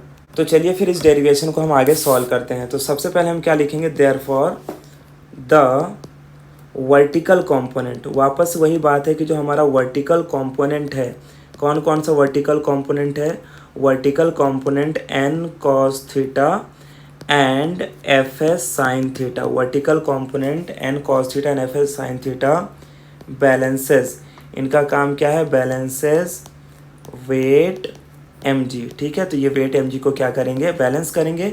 देयरफॉर मैं लिख सकता हूँ n cos theta plus Fs sin theta is equal to mg, ये हो जाएगा हमारा इक्वेशन नंबर 1। अब अगर आप इसको अपर स्पीड लिमिट से कंपेयर करोगे तो आपको समझ में आएगा कि यहाँ पर बीच में क्या था, माइनस, क्योंकि n cos थीटा और Fs sin थीटा का डायरेक्शन एक दूसरे के अपोजिट था। तो देखो जब भी आप डेरिवेशन को सॉल्व करते हो ना तो आपको एक पैटर्न ढूंढना होता है, जिसकी वजह से हमारे डेरिवेशन काफ़ी आसान हो जाते हैं। अब यहाँ पर हम क्या करते हैं, हॉरिजॉन्टल कंपोनेंट देखते हैं, एंड द हॉरिजॉन्टल कंपोनेंट। अब जो हमारे हॉरिजॉन्टल कंपोनेंट हैं वो कौन कौन से हैं, देखो हॉरिजॉन्टल कंपोनेंट में है n sin theta and F S cos theta, ये दोनों मिलके क्या प्रोवाइड करेंगे, will provide necessary centripetal force, necessary centripetal force. ठीक है, तो ये नेसेसरी सेंट्रीपिटल फोर्स प्रोवाइड करेंगे।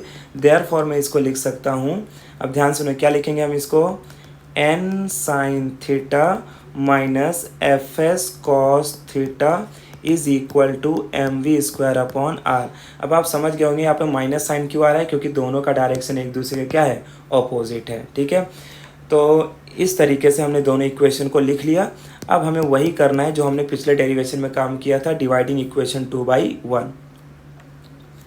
सो देयरफॉर डिवाइडिंग इक्वेशन 2/1, तो इक्वेशन 2 क्या है हम लिख देते हैं, that is n sine theta minus F S cos theta is equal to M we square upon are. और जो हमारा पहला इक्वेशन है वो क्या है, देखो n cos theta plus F S sine theta, और ये क्या हो जाएगा, अपॉन एम जी। ठीक है, तो एम से एम हो गया कैंसल।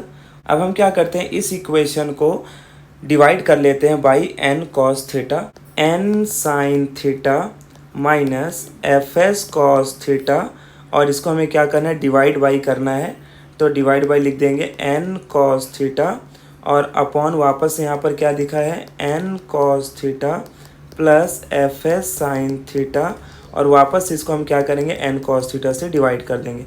ऐसा करने से होगा क्या कि अगर मैं एन कॉस थीटा को कैंसिल भी कर दूं तो इक्वेशन में कोई फर्क नहीं पड़ेगा। विच इज़ इक्वल टू, अब मैं क्या लिख सकता हूँ, v square upon R G. अब हम क्या करते हैं, इसको स्प्लिट कर देते हैं, तो जैसे मैं स्प्लिट करूँगा तो ये क्या लिख सकते हैं, therefore I can write N sine theta upon N cos theta minus F S cos theta upon N cos theta. तो स्प्लिट कर दिया, उसी तरीके से नीचे भी हमें स्प्लिट करना है। ठीक है, तो नीचे स्प्लिट करेंगे तो क्या हो जाएगा, N cos theta upon N cos theta plus F S sine theta upon, अब यहाँ पर क्या आ जाएगा, एन कॉस थीटा। ठीक है, which is equal to we square upon R G. अब इसके बाद देखो जो चीज़ें कैंसिल हो रही है उसे हम कैंसिल कर देते हैं। तो क्या क्या कैंसिल हो रहा है, एन से n cancel, n cos theta cancel, यहाँ से कॉस थीटा कैंसिल। तो कैंसिलेशन करने के बाद देखो फिर हमें इक्वेशन क्या मिलेगा, देयरफॉर हमें जो इक्वेशन मिल रहा है दैट इज़, देखो साइन अपॉन कॉस को क्या लिख सकते हैं, टेन थीटा, तो यहाँ पर हो जाएगा ये टेन थीटा माइनस यहाँ पर क्या बच रहा है, f S by n upon, अब यहाँ पर देखो एन कॉस थीटा कैंसिल, तो ये 1 हो जाएगा, plus F S by n को एफ एस बाई एन रखते हैं, और साइन अपॉन कॉस को क्या लिख सकते हैं, tan theta which is equal to we square upon R G.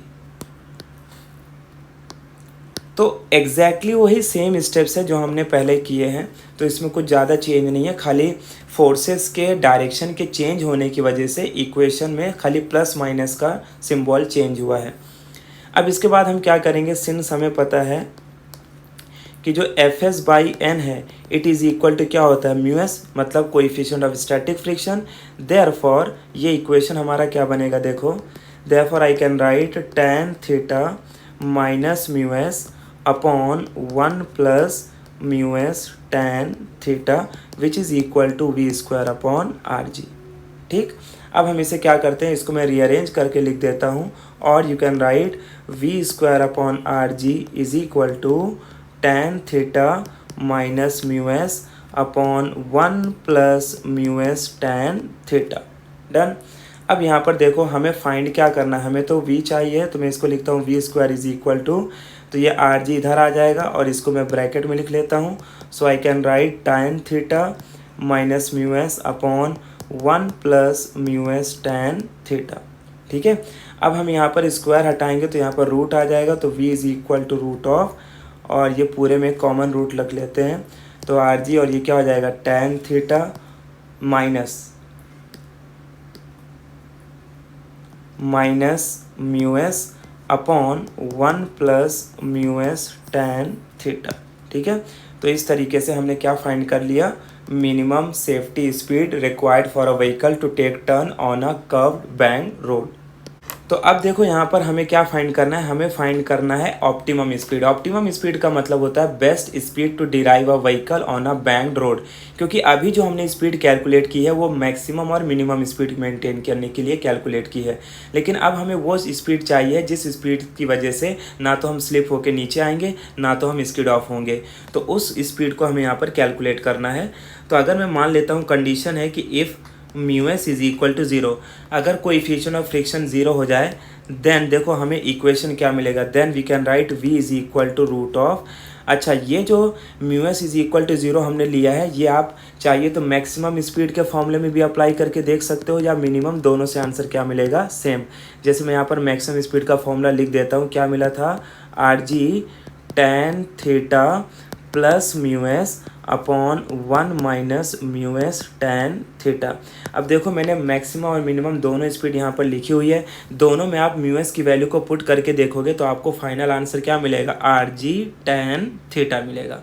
क्या मिलेगा, आर जी टेन थीटा। ठीक है, क्यों आर जी टेन थीटा मिलेगा, क्योंकि हम समझ पा रहे हैं कि यहाँ पर देखो म्यू एस की वैल्यू क्या हो जाएगी, ज़ीरो, तो बचेगा टेन थीटा, और नीचे यहाँ पर भी म्यू एस ज़ीरो हो जाएगा तो mu S into tan theta की वैल्यू क्या हो जाएगी, ज़ीरो, तो ऊपर सिर्फ क्या बचेगा, टेन थीटा।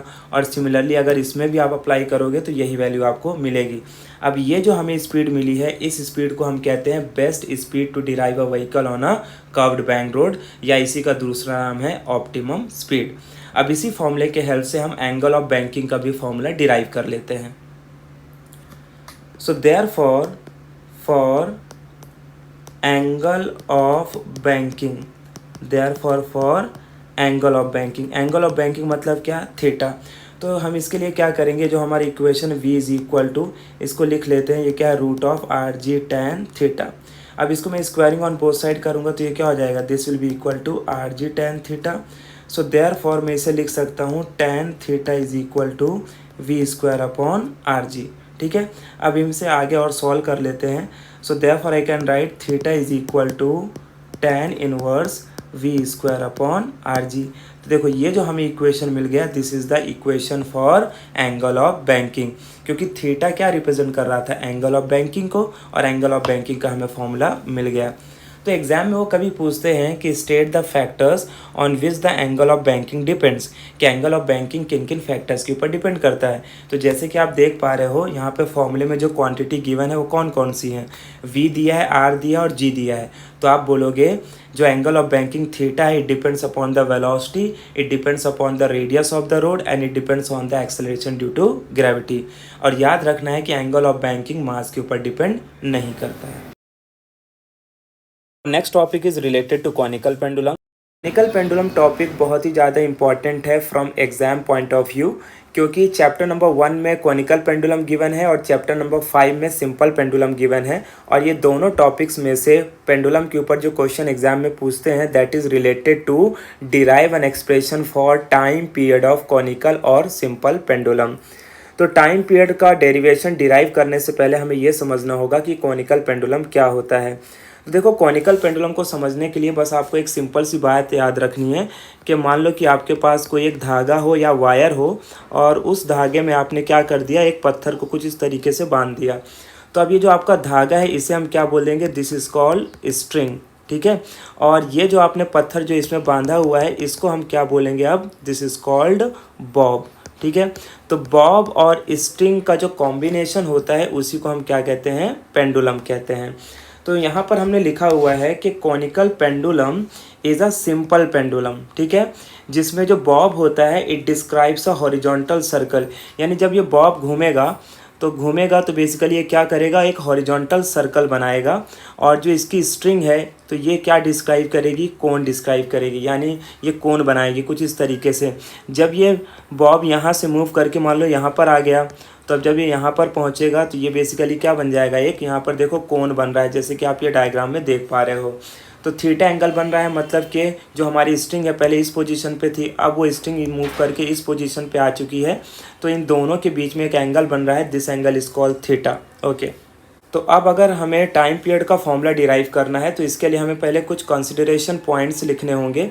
तो कंसिडरेशन पॉइंट में हमने देखो यहाँ पर क्या लिखा है, consider a bob of mass m and the string of length L to form a pendulum. तो एक सिंपल पेंडुलम बनाने के लिए आपको क्या चाहिए, एक बॉब चाहिए जो देखो यहाँ पर मैंने बनाया हुआ है, और एक क्या चाहिए, स्ट्रिंग चाहिए, और स्ट्रिंग प्लस बॉब के कॉम्बिनेशन से हमारा क्या बन जाएगा, पेंडुलम। और जब हम इसे फोर्स अप्लाई कर देंगे तो ये घूमने लगेगा, और जब ये घूमेगा तो बेसिकली इसी को हम क्या बोल देंगे, कॉनिकल पेंडुलम। तो अब हम अपने रियल डायग्राम पे आते हैं। देखो इसको मैं मान लेता हूँ ये सर्कल जो परफॉर्म करेगा उसका सेंटर पॉइंट O है, और यहाँ से लेकर यहाँ तक ये रेडियस क्या हो जाएगा, R। ठीक है, ओके। अब ये मान लो बॉब यहाँ पर आ गया। अब जब ये यहाँ पर आएगा तो आपको पता है कि बॉब का जो वेट होगा वो हमेशा किधर एक्ट होगा, वेट हमेशा एक्ट होता है वर्टिकली डाउनवर्ड, तो नीचे के डायरेक्शन में इसका वेट एक्ट होगा। अच्छा, इसके पहले हमने पढ़ा है रोड से रिलेटेड कि वेट mg अगर हमेशा वर्टिकली डाउनवर्ड एक्ट होगा तो एग्जैक्टली उसके ऊपर भी एक फोर्स एक्ट होना चाहिए जो उसको क्या कर सके, बैलेंस कर सके।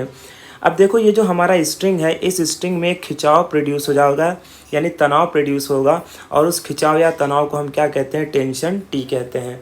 अब ये किस वजह से होगा, आप इमेजिन कर सकते हो कि अगर आपने वायर में या धागे में एक पत्थर को बांधा हुआ है तो वो धागा टाइट हो जाएगा। तो टाइट होने का मतलब ही क्या है कि उसमें क्या क्रिएट हो चुका है, टेंशन क्रिएट हो चुका है। तो देखो टेंशन का फिलहाल डायरेक्शन ये है। अब जैसे कि मैंने बोला वेट mg को बैलेंस करने के लिए हमें एग्जैक्टली उसके अपोजिट में एक फोर्स चाहिए है, लेकिन यहाँ पर हमारे पास फोर्स नहीं है। तो ये जो टेंशन T है ये भी तो एक टाइप का फोर्स ही है। इसको हम इसके दो कंपोनेंट में डिवाइड कर लेते हैं। तो एक कंपोनेंट ये हो जाएगा जिसे हम क्या बोल देंगे, T cos थीटा। अच्छा, इसे T cos थीटा क्यों ले रहे हैं, बिकॉज अगर आप देखोगे तो ये जो वेट mg के साथ ये लाइन थीटा एंगल बना रही है, तो ये भी क्या बनाएगी, थीटा एंगल बनाएगी। और आपको पता है कि जिधर थीटा एंगल फॉर्म होता है उधर हम कॉस फंक्शन लेते हैं, और उसके अपोजिट साइड में हम क्या लेते हैं, साइन फंक्शन लेते हैं। तो ये क्या हो जाएगा, T साइन थीटा। तो अब देखो हमने क्या कर दिया, टेंशन T को दो पार्ट्स में रिजॉल्व कर लिया। Weight mg is acting vertically downward and tension T जो है वो वर्टिकली अपवर्ड एक्ट नहीं हो रहा था, तो हमने इसको दो कंपोनेंट में रिजॉल्व कर लिया। One is T cos theta and the other is T sign theta. तो सबसे पहले अब हम फोर्सेस की बात कर लेते हैं। तो यहाँ पर जो फोर्स एक्ट हो रहा है बॉब पर, वो कौन कौन से फोर्स एक्ट हो रहे हैं, तो जैसे कि ऑलरेडी हमने डायग्राम में डिस्कस किया है, वेट mg एक्ट हो रहा है vertically downward and force due to tension is in the upward direction. अब हम इस टेंशन को हम क्या करते हैं, इसके दो कंपोनेंट में हमने इसे रिजॉल्व कर लिया। तो एक कंपोनेंट हो गया which is called T cos theta, और ये T cos थीटा कहाँ एक्ट हो रहा है, vertically upward, and T sine theta along horizontal. इन्हीं दो कंपोनेंट का अब हम यूज़ करते हुए आगे अपने टाइम पीरियड के फॉर्मूले को डिराइव करेंगे। तो अब मैं यहाँ पर क्या करता हूँ, फ्री बॉडी डायग्राम बना लेता हूँ ताकि आपको आसानी हो समझने में। और यहाँ पर आपका था बॉब, वेट mg किधर की तरफ एक्ट हो रहा था, नीचे की तरफ, तो हमने वेट mg लिख दिया। उसके बाद यहाँ पर हमने देखा कि जो टेंशन T cos थीटा है वो किधर की तरफ है, ये, तो ये हो जाएगा टेंशन T cos थीटा, और इसके इस तरफ क्या लग रहा है, टेंशन T साइन थीटा। तो अगर आप टेक्स्ट बुक में देखोगे तो वहाँ पर दो डायग्राम्स गिवन है। एक डायग्राम है which is related to inertial frame of reference and the other diagram is related to non inertial frame of reference. Inertial and non inertial दोनों से भी आप आंसर सॉल्व करोगे तो आपको आंसर सेम आएगा, लेकिन इसमें डिफरेंस कहाँ पर आता है वो मैं आपको बताता हूँ। देखो, अगर कोई ऑब्जेक्ट ऐसा मोशन परफॉर्म कर रहा है जो कॉनिकल पेंडुलम के जैसे हमें दिखाई दे रहा है, तो जब हम उसे बाहर से देखेंगे तो हमारे लिए वो क्या होगा, हमारे लिए वो इनर्शियल फ्रेम ऑफ रेफरेंस होगा, क्योंकि जिस तरीके से वो मोशन परफॉर्म कर रहा है उसमें हमें बस यही समझ में आ रहा है कि वो सर्कुलर मोशन परफॉर्म कर रहा है। और आपको पता है कि सर्कुलर मोशन परफॉर्म करने के लिए हमें सेंट्रीपिटल फोर्स की रिक्वायरमेंट होती है। लेकिन अगर आप इमेजिन करो कि आप उसी में बैठे हुए हो, तो फिर आप देखोगे कि जब वो घूमेगा तो आपके ऊपर एक बाहर की तरफ फोर्स लगेगा which is called centrifugal force.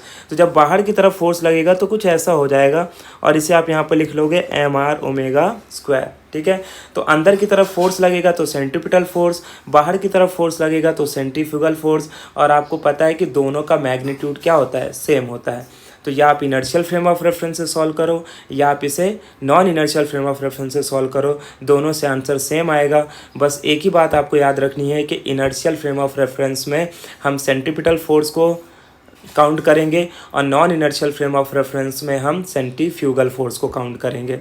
Okay, तो यहाँ पर हमने फोर्सेस को लिख लिया है। अब इन्हीं फोर्सेस के हेल्प से हम आगे का डेरिवेशन डिराइव करेंगे। तो तो देखो जैसे कि मैंने पहले भी बोला था कि जो वर्टिकल कंपोनेंट होते हैं, वर्टिकल कंपोनेंट यहाँ पर क्या है, t cos theta n m जी, ये वर्टिकल कंपोनेंट है। हॉरिजॉन्टल कंपोनेंट क्या है, t sine theta m r omega square, ये क्या है, हॉरिजॉन्टल कंपोनेंट। तो वर्टिकल कंपोनेंट का काम होता है वेट को बैलेंस करना, और हॉरिजॉन्टल कंपोनेंट का काम क्या होता है, सेंट्रीपिटल या सेंट्रीफ्यूगल फोर्स प्रोवाइड करना। तो चलो हम लिख लेते हैं, therefore we can say that कि जो कंपोनेंट टी कॉस थीटा है, the component t cos theta balances weight mg। t cos theta क्या कर रहा है, weight mg को बैलेंस कर रहा है। so therefore we can write equation t cos theta is equal to mg। ये हमारा हो जाएगा पहला इक्वेशन, ठीक है। and the component t sin theta and the component t sin theta provides necessary centripetal force। क्या प्रोवाइड करेगा, necessary centripetal force, ठीक है। so therefore I can write t sin theta is equal to, now this centripetal force या centrifugal force का magnitude का value क्या होता है, एम आर ओमेगा स्क्वायर। ये हो जाएगा हमारा इक्वेशन नंबर 2, ठीक है। बस हमें 2 इक्वेशन मिल गए, अब हम इन दोनों इक्वेशन को आगे सॉल्व करेंगे। सो therefore I can right dividing equation 2 by 1, dividing equation 2 by 1।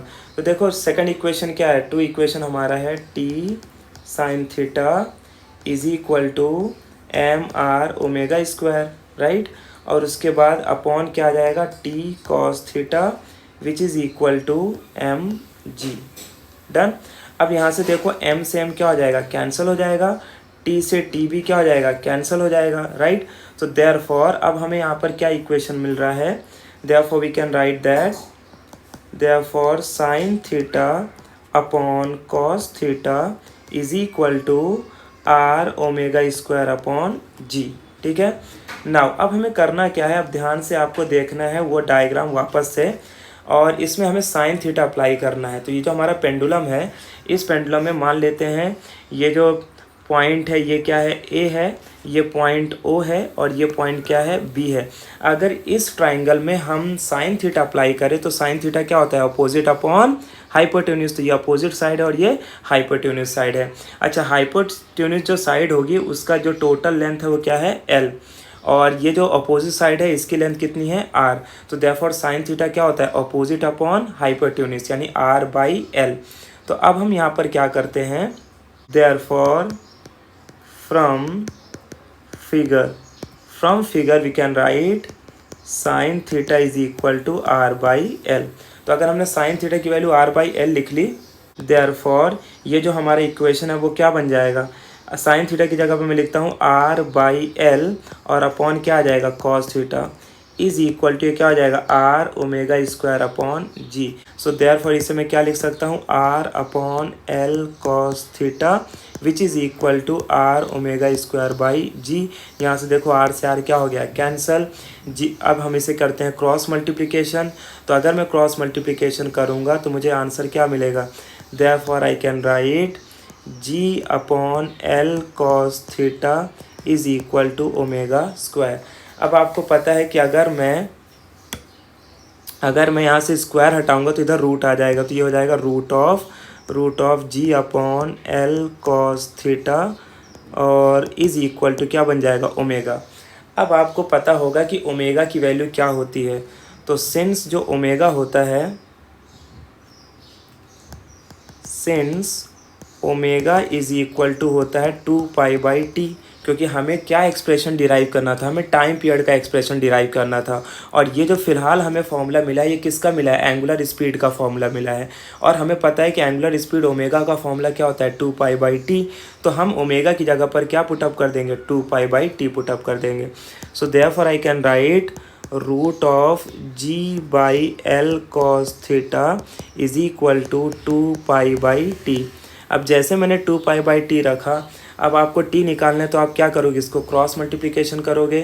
Cross multiplication करने का मतलब है कि इसका आंसर क्या आएगा, देखो therefore I can write t is equal to 2 pi upon root of g upon L cos theta.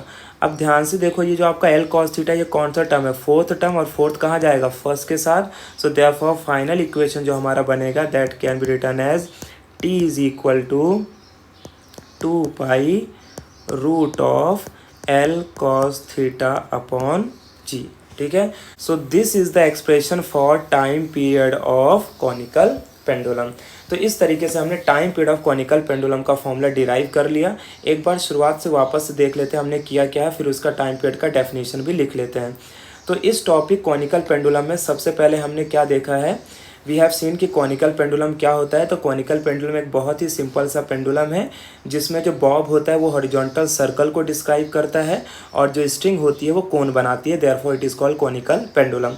तो कंसिडरेशन पॉइंट की बात करें तो सबसे पहले हमने एक कंसिडर क्या किया, बॉब जिसका मास है स्मॉल m, और उस बॉब जो है वो एक स्ट्रिंग के साथ अटैच है जिसका लेंथ क्या है l, और ये दोनों के कॉम्बिनेशन से बनता है हमारा पेंडुलम। फिर हमने देखा कि जो बॉब है जब हमारा इस पोजीशन से इस पोजीशन पे मूव करके जाएगा तो उसके ऊपर क्या क्या फोर्स एक्ट हो रहे हैं। तो हमने बोला weight mg which is vertically downward and force due to tension which is acting in the upward direction. फिर हमें क्या करना था, हमें mg को बैलेंस करने के लिए एक अपवर्ड फोर्स चाहिए था। तो इसके लिए हमने किया क्या है कि t को दो पार्ट्स में डिवाइड कर लिया है। एक बन गया हमारा t cos थीटा और दूसरा क्या बन गया t sin थीटा। तो t cos थीटा बेसिकली एक वर्टिकल कंपोनेंट है और t sin थीटा क्या है, हॉरिजॉन्टल कंपोनेंट है। और आपको हमेशा याद रखना है कि जो वर्टिकल कंपोनेंट होता है वो वेट को बैलेंस करता है और जो हॉरिजॉन्टल कंपोनेंट होता है वो नेसेसरी सेंट्रीपिटल फोर्स प्रोवाइड करता है ताकि वो क्या कर सके, सर्कुलर मोशन परफॉर्म कर सके। फिर यहाँ पर हमने इसका फ्री बॉडी डायग्राम बना लिया और इन्हीं फोर्सेस के मेथड से हम आगे का फॉर्मूला डिराइव करने वाले थे। तो यहाँ पर हमने क्या बोला कि जो कंपोनेंट t cos थीटा है वो वेट को बैलेंस कर रहा है। तो t cos थीटा की वैल्यू क्या हो गई mg, और कंपोनेंट t sin थीटा जो है एक हॉरिजॉन्टल कंपोनेंट है और जैसे कि मैंने बोला ये क्या प्रोवाइड करेगा, नेसेसरी सेंट्रीपिटल फोर्स प्रोवाइड करेगा। तो यहाँ पर हमने दो इक्वेशन फॉर्म कर लिए। उसके बाद हमें सिंपली करना क्या है, डिवाइडिंग इक्वेशन 2/1। ऐसा करने से हमें ये इक्वेशन मिल गया, sine theta upon cos theta is equal to r omega square by G. फिर हमने यहाँ पर किया क्या कि डायग्राम का यूज़ करते हुए साइन थीटा का फॉर्मूला डिराइव कर लिया विच इज़ r/l, और इसी साइन थीटा की जगह पर हमने r/l की वैल्यू को पुटअप कर दिया और इसको फिर हमें आगे सॉल्व करेंगे तो हमें कुछ ऐसा मिल जाएगा कि जो ओमेगा स्क्वायर की वैल्यू है that is g upon L cos theta. और अगर मैं यहाँ से स्क्वायर हटाऊंगा तो डेफिनेटली यहाँ रूट आ जाएगा, तो रूट लगने से हमें यहाँ पर ओमेगा की वैल्यू मिल गई। अब यहाँ बहुत इंटरेस्टिंग बात है कि सिर्फ हम टाइम पीरियड के फॉर्मूले को नहीं डिराइव कर रहे हैं, साथ ही साथ में अगर एग्जाम में उसने एंगुलर स्पीड भी पूछ लिया तो भी हमारा आंसर आ जाएगा, क्योंकि यहाँ तक अगर आपने डिराइव कर लिया तो ये जो फॉर्मूला है ये क्या रिप्रेजेंट कर रहा है, angular speed of conical pendulum.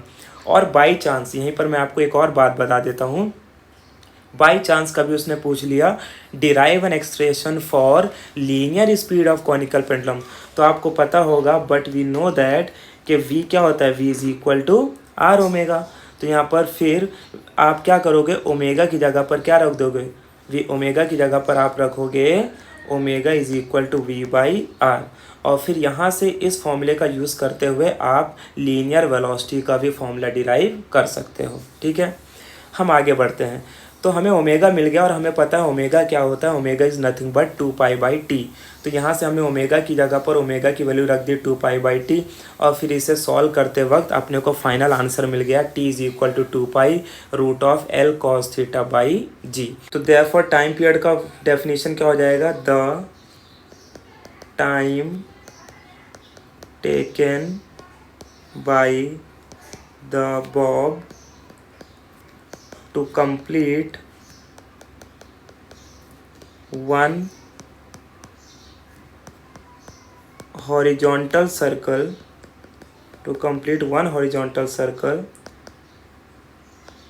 is called time period of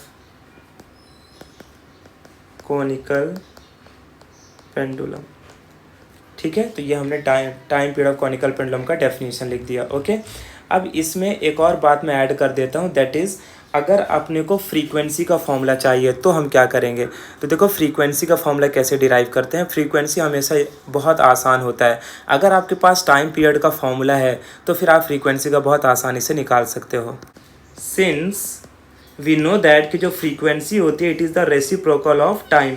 तो जो भी आपका टाइम का फॉर्मूला है इसको जस्ट आपको क्या कर देना, उल्टा कर देना है, तो वो आपका किसका फॉर्मूला बन जाएगा, फ्रीक्वेंसी का। तो इसे हम लिख सकते हैं 1/2 root of G/L cos theta. तो ये आपका जो फॉर्मूला मिला, this is the formula for frequency of conical pendulum. आपको फ्रीक्वेंसी ऑफ कॉनिकल पेंडुलम का डेफिनेशन लिखना हो तो आप लिखोगे the number of horizontal circle completed by the bob per second is called frequency of conical pendulum. So at the last we will study about the vertical circular motion. तो circular motion part का ये last topic है। Then इसके बाद सीधा rotational dynamics वाले topics आ जाएंगे कि अगर हमारा vehicle vertical circular motion perform करेगा तो उससे रिलेटेड क्या क्या टर्म्स है जो हमें स्टडी करना है। तो चलिए देखते हैं इस वीडियो में। तो देखो दो टाइप के सर्कुलर मोशन हमने इस अभी तक देखा है, एक होता है हॉरिजॉन्टल सर्कुलर मोशन और एक होता है वर्टिकल सर्कुलर मोशन। तो पहले आपको बेसिक डिफरेंस पता होना चाहिए कि हॉरिजॉन्टल सर्कुलर मोशन क्या है और वर्टिकल सर्कुलर मोशन क्या है। तो अगर कोई ऑब्जेक्ट कुछ इस तरीके से मूव कर रहा है तो हम उसे बोलेंगे this is horizontal circular motion, और कोई ऑब्जेक्ट अगर इस तरीके से सर्कुलर मोशन परफॉर्म कर रहा है तो इसे हम क्या बोलेंगे, वर्टिकल सर्कुलर मोशन। ठीक है, तो आई थिंक आपको डिफरेंस समझ में आ गया होगा कि हॉरिजॉन्टल सर्कुलर मोशन और वर्टिकल सर्कुलर मोशन में क्या डिफरेंस है।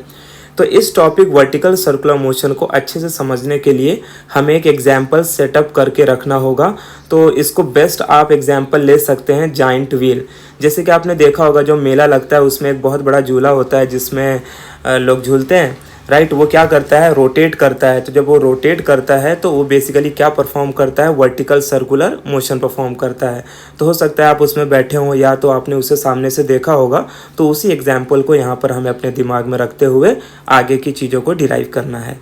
तो अब देखो जैसे कि यहाँ पर आप एक डायग्राम देख पा रहे हो, इस डायग्राम को मैंने वर्टिकल सर्कुलर मोशन के फॉर्म में बनाया हुआ है। आपको एक चीज़ नोटिस आपने की होगी, आपको पता होना चाहिए कि जब कोई object vertical circular motion perform करता है तो उसके हर एक पॉइंट पर उसकी स्पीड क्या होती है, चेंज होती है, राइट। तो हम मान लेते हैं कि ये वाला जो पॉइंट है इस पॉइंट को मैं नाम दे देता हूँ A point, and A is basically the highest point. तो इसे हम हाईएस्ट पॉइंट भी कहते हैं या इसी को हम टॉप पॉइंट कहते हैं। और इस पॉइंट पर जो भी ऑब्जेक्ट होगा उसकी वेलोसिटी मान लेते हैं कितनी है, v1। ठीक है, उसके बाद ये वाला हम पॉइंट कंसिडर कर लेते हैं। इस पॉइंट को हम बोलते हैं बॉटम पॉइंट और इसे हम b से रिप्रेजेंट कर लेते हैं। और मान लेते हैं कि जब पार्टिकल यहाँ पर होगा या ऑब्जेक्ट यहाँ पर होगा तो उसकी वेलोसिटी क्या है, v2। तो ठीक उसी तरीके से ये वाले पॉइंट को हम क्या मान लेते हैं, मिडवे पॉइंट।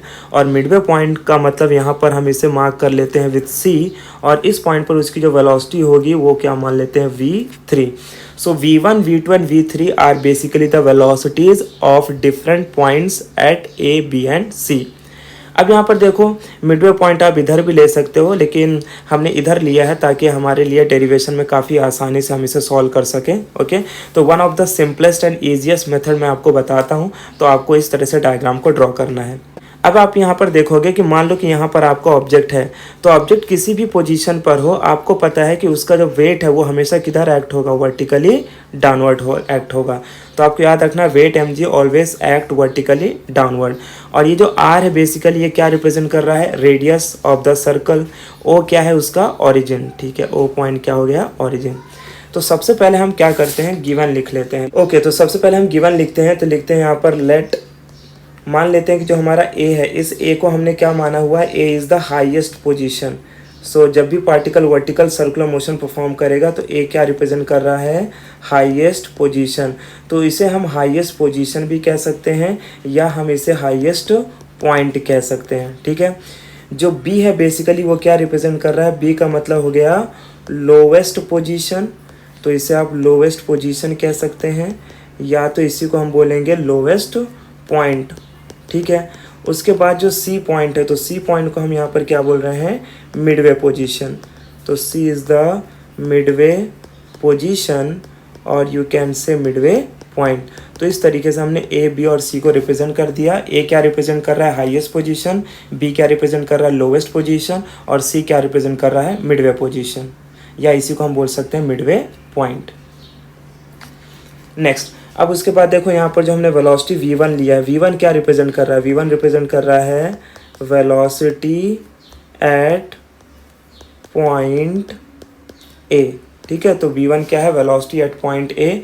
उसी तरीके से v2 हमारा क्या हो जाएगा, v2 will be velocity at point B. ठीक है, एंड सिमिलरली v3 क्या हो जाएगा, वेलोसिटी एट पॉइंट सी। अब यहाँ पर आपको एक बात याद रखना है, आप चाहिए तो VA, VB और VC करके भी रिप्रेजेंट कर सकते हो, इससे कोई फर्क नहीं पड़ेगा। ठीक है, देन उसके बाद जो बेसिकली आप यहाँ पर देख पा रहे हो, R क्या रिप्रेजेंट कर रहा है, represents the radius of the circle. R क्या रिप्रेजेंट कर रहा है, रेडियस ऑफ द सर्कल। ठीक है, उसके बाद mg तो आपको पता है mg क्या है, वेट, तो mg represents the weight of any object और अ बॉडी। तो इस तरीके से सबसे पहले हमने कंसिडरेशन पॉइंट्स बता दिए। अब आगे की चीज़ें हम देखते हैं। इस डेरिवेशन में सबसे पहले हमें क्या बताना होगा कि ये जो हमारा स्ट्रिंग है, ये बेसिकली क्या है, स्ट्रिंग। इस स्ट्रिंग में कितना टेंशन क्रिएट हो रहा है जब वो इस पोजीशन पर है या जब वो बॉटम पोजीशन पर है। तो सबसे पहले यहाँ पर टेंशन के डायरेक्शन को हम देख लेते हैं। तो देखो, जब ऑब्जेक्ट हमारा इस पॉइंट ए पर होगा तो ए पॉइंट पर जो ऑब्जेक्ट का वेट है वो अभी भी किधर एक्ट होगा, वर्टिकली डाउनवर्ड। तो वेट mg हमेशा वर्टिकली डाउनवर्ड एक्ट होगा, इसमें तो कोई प्रॉब्लम नहीं है। लेकिन जब ऑब्जेक्ट हमारा हाईएस्ट पोजीशन पर आएगा तो इस स्ट्रिंग में जो भी टेंशन होगा वो किस डायरेक्शन पे होगा, नीचे की डायरेक्शन पे होगा, राइट। यानी कि टेंशन T1 और mg दोनों कहाँ एक्ट हो रहे होंगे, वर्टिकली डाउनवर्ड। और आपको याद रखना है, अभी हम आगे प्रूव करेंगे कि tension at highest point is 0। जब ऑब्जेक्ट ऊपर होता है तो स्ट्रिंग में कोई टेंशन क्रिएट नहीं होता है। लेकिन जब ऑब्जेक्ट ए पॉइंट से बी पॉइंट पर आएगा, ए पॉइंट से बी पॉइंट पर आएगा, तो इसमें जो टेंशन होगा वो किधर की तरफ एक्ट होगा, ऊपर की तरफ। और इस टेंशन को हम नाम क्या दे देते हैं, TB। और ये जो हमारा टेंशन, इसे नाम क्या दे देते हैं, TA। क्योंकि अगर आपने फील किया होगा कि आप एक धागा लो और एक पत्थर उसमें बांध दो और फिर उसको आप घुमाओ, तो जब आप घुमाओगे तो आप ये देखोगे कि जब वो पत्थर नीचे की तरफ आएगा तो वो धागे में खिंचाव होगा, तनाव होगा। लेकिन वही जब वो ऊपर की तरफ जाता है ना, तो जब वो टॉप पोजीशन पे पहुंचेगा तो स्ट्रिंग में कोई टेंशन फील नहीं होगा। तो आपको याद रखना है कि ए पॉइंट पर टेंशन सबसे लोवेस्ट होता है, बी पॉइंट पर टेंशन सबसे ज़्यादा होता है और सी पॉइंट पर टेंशन जो होगा वो बी पॉइंट के हाफ होगा। तो सबसे पहले हमें यहाँ पर टेंशन के फॉर्मूले डिराइव करने हैं, तो चलो डिराइव करते हैं। तो इस डायग्राम को आपको ध्यान में रखना है। Therefore tension TA and weight mg, tension TA and weight mg will provide the necessary centripetal force. ठीक है, तो आपको याद रखना है कि जब ऑब्जेक्ट हमारा हाईएस्ट पॉइंट पर होगा तो वहां पर टेंशन TA और weight mg will provide the necessary centripetal force at point A।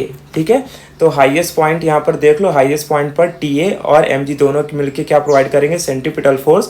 और अगर आप यहाँ पर देखोगे तो आपको दिख रहा होगा कि टेंशन TA और वेट mg दोनों कहाँ है, वर्टिकली डाउनवर्ड डायरेक्शन पे हैं। So therefore we can write therefore TA plus mg, TA plus mg is equal to, अच्छा सेंट्रीपिटल फोर्स का फॉर्मूला क्या है, mv²/r। सो देयरफॉर यहाँ से मैं इसे रीअरेंज कर दूँ तो TA का वैल्यू क्या लिख सकता हूँ, TA is equal to mv²/r minus mg। तो ये मुझे क्या मिल गया, this is the tension at highest point A। अब इसी तरीके से हम टेंशन एट लोवेस्ट पॉइंट भी ढूंढ लेते हैं। So therefore will write tension TB and weight mg, tension TB and weight mg will provide necessary centripetal force, necessary centripetal force at point अब ये पॉइंट क्या हो जाएगा हमारा B, ठीक है। तो अब ध्यान से देखना ये इस डायग्राम में देखो, जब वो B पॉइंट पर पार्टिकल होगा तो यहाँ पर टेंशन TB और वेट mg दोनों का डायरेक्शन एक दूसरे क्या है, ऑपोजिट है। तो अगर दोनों का डायरेक्शन एक दूसरे के ऑपोजिट होगा तो फिर हम इस इक्वेशन को कैसे लिखेंगे, we will write therefore TB minus mg is equal to mv² upon r।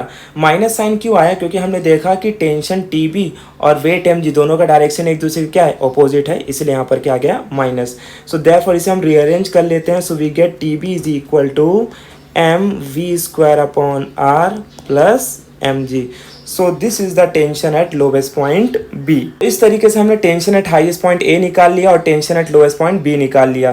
तो डिराइव करने के लिए अगर एग्जाम में पूछेगा कि find the tension at highest point A and B, तो आपको इसी तरीके से, जिस तरह से मैंने आपको डिराइव कराया, आप इस तरीके से डिराइव कर सकते हो।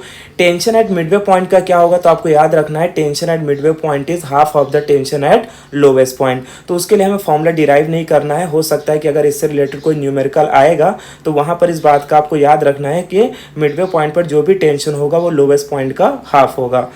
अब इसके बाद अब हमें सबसे मेन पॉइंट पर आना है, that is called the velocities eight highest point, Midway point and bottom point.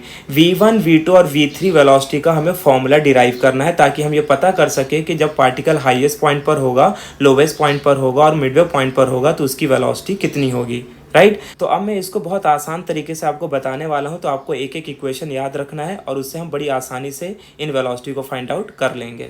So therefore अब हम हेडिंग डालते हैं velocity at highest point A, ठीक है, velocity at highest point A। और हमें पता है A पॉइंट पर जो वेलोसिटी है वो कितनी है, V1, ठीक है। तो चलो इसे हम ढूंढते हैं। अब इसके लिए हमें क्या करना है, टेंशन का इक्वेशन यूज करना है। So therefore will write from equation of tension, from equation of tension at highest point, from equation of tension at highest point अपने को क्या इक्वेशन मिला था, that is TA is equal to mv² upon r minus mg, ठीक है। अब आपको यहाँ पर समझना है कि जो v वेलोसिटी है ना, तो जब हाईएस्ट पॉइंट पर होगा तो इसे हम किससे डिनोट करेंगे, v1 से, राइट। तो जैसे कि हमने ये प्रीवियस हमारे डेरिवेशंस थे, तो यहाँ पर हम इसे 1 लिख सकते हैं और यहाँ पर हम इसे क्या लिख सकते हैं, 2, बिकॉज हमें पता है वेलोसिटी एट हाईएस्ट पॉइंट को हमने v1 से रिप्रेजेंट किया है और वेलोसिटी एट लोवेस्ट पॉइंट को हमने v2 से रिप्रेजेंट किया है। सो देयरफॉर हमने देखा कि in order to find the velocity at highest point A, we have utilise the equation of tension at highest point. और equation of tension at highest point का फॉर्मूला क्या है, TA is equal to mv1² upon r minus mg। Now since tension at highest point is always equal to 0, ये अभी मैं just आपको बता रहा हूँ। जैसे हम v1 की वेलोसिटी को डिराइव कर लेंगे तो हम ये प्रूव भी कर देंगे कि हाईएस्ट पॉइंट पर टेंशन क्या होता है, 0 होता है स्ट्रिंग में। तो फिलहाल के लिए हम ऐसा मान रहे हैं कि tension at highest point is 0। अगर टेंशन एट हाईएस्ट पॉइंट 0 हो जाएगा तो फिर हमारा देखो ये इक्वेशन क्या बनेगा, TA की जगह पर हम क्या रख देंगे, 0 इज इक्वल टू, और इसे मैं क्या लिख सकता हूँ, mv1² upon r minus mg। So therefore ये वाला टर्म को मैं इधर लेके आऊँगा तो क्या हो जाएगा, minus mv1² upon r is equal to mg। अब यहाँ से आप देखो m से m क्या हो गया है, कैंसल, और ये माइनस साइन यहाँ पर पहले से था तो माइनस से माइनस भी कैंसिल हो गया। तो अल्टीमेटली हमें यहाँ पर क्या इक्वेशन मिला, therefore we can write v1² is equal to rg। r को हम यहाँ पे लेके आ गए, ठीक है। सो देयरफॉर जैसे मैं स्क्वायर हटाऊंगा तो यहाँ पर रूट लग जाएगा और ये रूट का फॉर्मूला हमें क्या मिल जाएगा, root of rg। So this is the velocity at highest point A। अब हम नेक्स्ट फाइंड क्या करने वाले हैं, velocity at lowest point B। Therefore velocity at lowest point B, तो velocity at lowest point B को हमने किससे रिप्रेजेंट किया था, v2 से। तो चलो इसे फाइंड करते हैं। अब यहाँ पर velocity at lowest point B ढूंढने के लिए हमें क्या करना होगा, अब इस डायग्राम पर हम वापस से जाते हैं और देखते हैं कि एक्चुअल में डायग्राम क्या रिप्रेजेंट कर रहा था। देखो एक बात तो आपको पता है कि यहाँ पर हमें ये समझना होगा कि A पॉइंट पर, जो पॉइंट हमें A दिख रहा है, इस पॉइंट पर होगा क्या कि पोटेंशियल एनर्जी जो है वो मैक्सिमम होगी, potential energy is maximum and it is equal to 2mgr। ठीक है, तो हाईएस्ट पॉइंट पर पोटेंशियल एनर्जी कितनी होगी 2mgr। वैसे तो पोटेंशियल एनर्जी का फॉर्मूला क्या होता है mgh, लेकिन अगर आप देखोगे तो इस पॉइंट से इस पॉइंट तक के बीच का डिस्टेंस कितना होगा r प्लस r, तो टोटल कितना हो जाएगा 2r, तो h आपका क्या हो जाएगा 2r। तो पोटेंशियल एनर्जी हाईएस्ट पॉइंट पर क्या होगी मैक्सिमम, और काइनेटिक एनर्जी क्या होगी मिनिमम, और उस काइनेटिक एनर्जी का फॉर्मूला यहाँ पर क्या होगा हाफ mv1 का स्क्वायर। समझा। उसके बाद ये जो हमारा बॉटम पॉइंट है, इस पॉइंट पर देखो पोटेंशियल एनर्जी क्या हो जाएगी मिनिमम हो जाएगी। क्यों मिनिमम हो जाएगी, क्योंकि जब ऑब्जेक्ट ऊपर से नीचे आएगा तो इस पॉइंट पर जैसे ही वो पहुंचेगा बी पॉइंट पर तो आर की वैल्यू जीरो हो जाएगी, और आर जीरो होने का मतलब है पोटेंशियल जीरो हो जाएगा। और यहाँ पर जो काइनेटिक एनर्जी होगी वो सबसे ज़्यादा होगी, और इस काइनेटिक एनर्जी को हम लिखेंगे हाफ mv2 का स्क्वायर, है ना। क्योंकि जब कोई चीज़ ऊपर से नीचे आएगी तो देखो रहेगा आपने कि ऊपर से नीचे आने में ना डर लगता है, नीचे से ऊपर जाने में नहीं, क्योंकि ऊपर से नीचे आने में उसकी स्पीड लगातार बढ़ती है और बी पॉइंट पर आते आते उसकी स्पीड सबसे ज़्यादा हो जाती है। तो डेफिनेट सी बात है अगर वहाँ पर स्पीड ज़्यादा होगी तो उसकी काइनेटिक एनर्जी भी ज़्यादा होगी। और फिर सी पॉइंट में क्या होगा, ध्यान से सुनो। अब जैसे ये नीचे से ऊपर की तरफ जाने लगेगा तो आर डिस्टेंस बढ़ता जाएगा, और जैसे जैसे आर बढ़ता जाएगा तो पोटेंशियल एनर्जी भी बढ़ती जाएगी। तो इस पॉइंट पर जो पोटेंशियल एनर्जी होगा सी पॉइंट पर, this will be equal to mgr। लेकिन इस पॉइंट पर जो काइनेटिक एनर्जी होगी that is equal to half mv3 का स्क्वायर। ठीक है, तो इस तरीके से आपको याद रखना है कि ए पॉइंट, बी पॉइंट और सी पॉइंट पर पोटेंशियल एनर्जी कितनी होगी और काइनेटिक एनर्जी कितनी होगी। तो अब यहाँ पर आपको एक ध्यान लगाना है कि जब हम ए पॉइंट से बी पॉइंट की तरफ मूव करेंगे तो धीरे धीरे क्या होगा कि पोटेंशियल एनर्जी डिक्रीज होगी और काइनेटिक एनर्जी इंक्रीज होगी। बस इसी कॉन्सेप्ट का यूज़ करते हुए हम velocity at lowest point calculate कर सकते हैं। So therefore we will write when object moves from point A to B, when object moves from point A to B, क्या होगा इस केस में, potential energy decreases and kinetic energy increases, kinetic energy increases. ठीक है, तो potential energy decrease होगी और kinetic energy increase होगी। तो जो पोटेंशियल एनर्जी डिक्रीज होगी उसे हम क्या रखेंगे, we will right 2mgr minus 0, क्योंकि हमें पता है हाईएस्ट पॉइंट पर जो पोटेंशियल एनर्जी है वो है 2mgr और लोवेस्ट पॉइंट पर पोटेंशियल एनर्जी क्या है 0। इंक्रीज इन काइनेटिक एनर्जी आप कैसे निकालोगे, इंक्रीज इन काइनेटिक एनर्जी निकालने के लिए हमें मैक्सिमम काइनेटिक एनर्जी को लोअर काइनेटिक एनर्जी से माइनस करना होगा। तो मैक्सिमम काइनेटिक एनर्जी कहाँ पर है, लोवेस्ट पॉइंट पर, which is equal to half mv2 का स्क्वायर, और हाईएस्ट पॉइंट पर काइनेटिक एनर्जी क्या हो जाएगी हाफ mv1 का स्क्वायर। ठीक है, अब यहाँ पर हम इसे देयरफॉर लिख लेते हैं 2mgr इज इक्वल टू, अब इसमें देखो हाफ m कॉमन है तो हाफ m कॉमन बाहर आ गया, तो बचा क्या v2 का स्क्वायर माइनस v1 का स्क्वायर। ठीक है, अब हम इसे आगे सॉल्व करेंगे and we will write therefore 2mgr is equal to, देखो हाफ m को हम एज इट इज़ रखते हैं और v2 को v2 स्क्वायर रखेंगे माइनस, सिंस हमें पता है कि v1 की वैल्यू क्या होती है √rg, v1 is equal to √rg। तो अगर मैं इसका स्क्वायर लिखूंगा तो रूट हट जाएगा, तो सिंपली इसे मैं यहाँ पर क्या लिख सकता हूँ rj लिख सकता हूँ। यहाँ से देखो m से m क्या हो जाएगा कैंसल, और उसके बाद 2 इधर जाके मल्टीप्लाई होगा तो ये हो जाएगा 4rg is equal to v2 का स्क्वायर माइनस rg। अब इस rg को आप इधर की तरफ लेके आ जाओ, so therefore you can write 4rg plus rg is equal to 5rg is equal to v2 का स्क्वायर। देयरफॉर हमें चाहिए क्या है v2, तो यहाँ लगा देंगे रूट, तो आंसर हमें मिल जाएगा √5rg। ठीक है, for velocity at lowest point का फॉर्मूला हमें मिला v2 is equal to √5rg। तो इसके लिए आपको एक ही कॉन्सेप्ट याद रखना है, potential decrease is equal to kinetic energy increase. अब हम लास्ट पॉइंट देखते हैं, that is midway point C पर उसकी वेलोसिटी v3 क्या होगी और उसे हम कैसे फाइंड करेंगे। अब इसके लिए हम एक कॉन्सेप्ट यूज़ करेंगे कि देखो, जब कोई object vertical circular motion perform करेगा तो उसके हर एक पॉइंट पर टोटल एनर्जी हमेशा क्या होगी, कांस्टेंट होगी। क्यों टोटल एनर्जी कांस्टेंट होगी, उसके पीछे रीज़न है, क्योंकि आप देख रहे हो कि किसी पॉइंट पर काइनेटिक एनर्जी ज़्यादा है तो उस पॉइंट पर पोटेंशियल एनर्जी कम है, किसी पॉइंट पर पोटेंशियल एनर्जी ज़्यादा है तो काइनेटिक एनर्जी कम है, किसी पॉइंट पर kinetic energy potential energy equal है। तो इससे होगा क्या कि जब भी हम टोटल एनर्जी करेंगे तो टोटल एनर्जी क्या होता है, kinetic energy plus potential energy, तो दोनों का सम हमेशा हमें क्या मिलेगा, इक्वल मिलेगा। तो इसी कॉन्सेप्ट का यूज़ करते हुए हम V3 को फाइंड करेंगे। So therefore velocity at midway point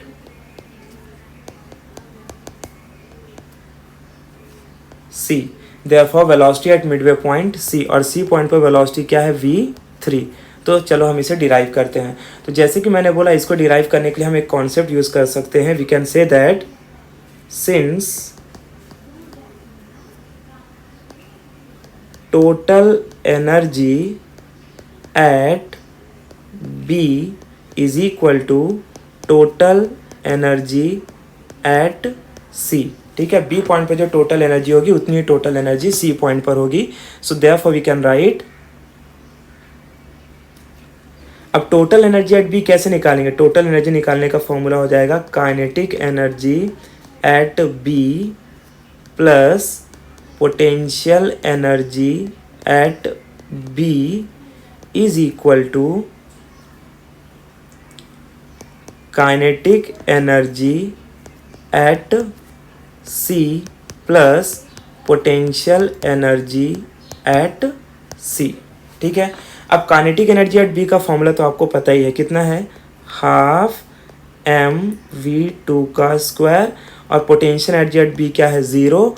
kinetic energy at C को हमने किससे रिप्रेजेंट किया था, हाफ mv3 का square, and potential energy at C क्या था, mgr।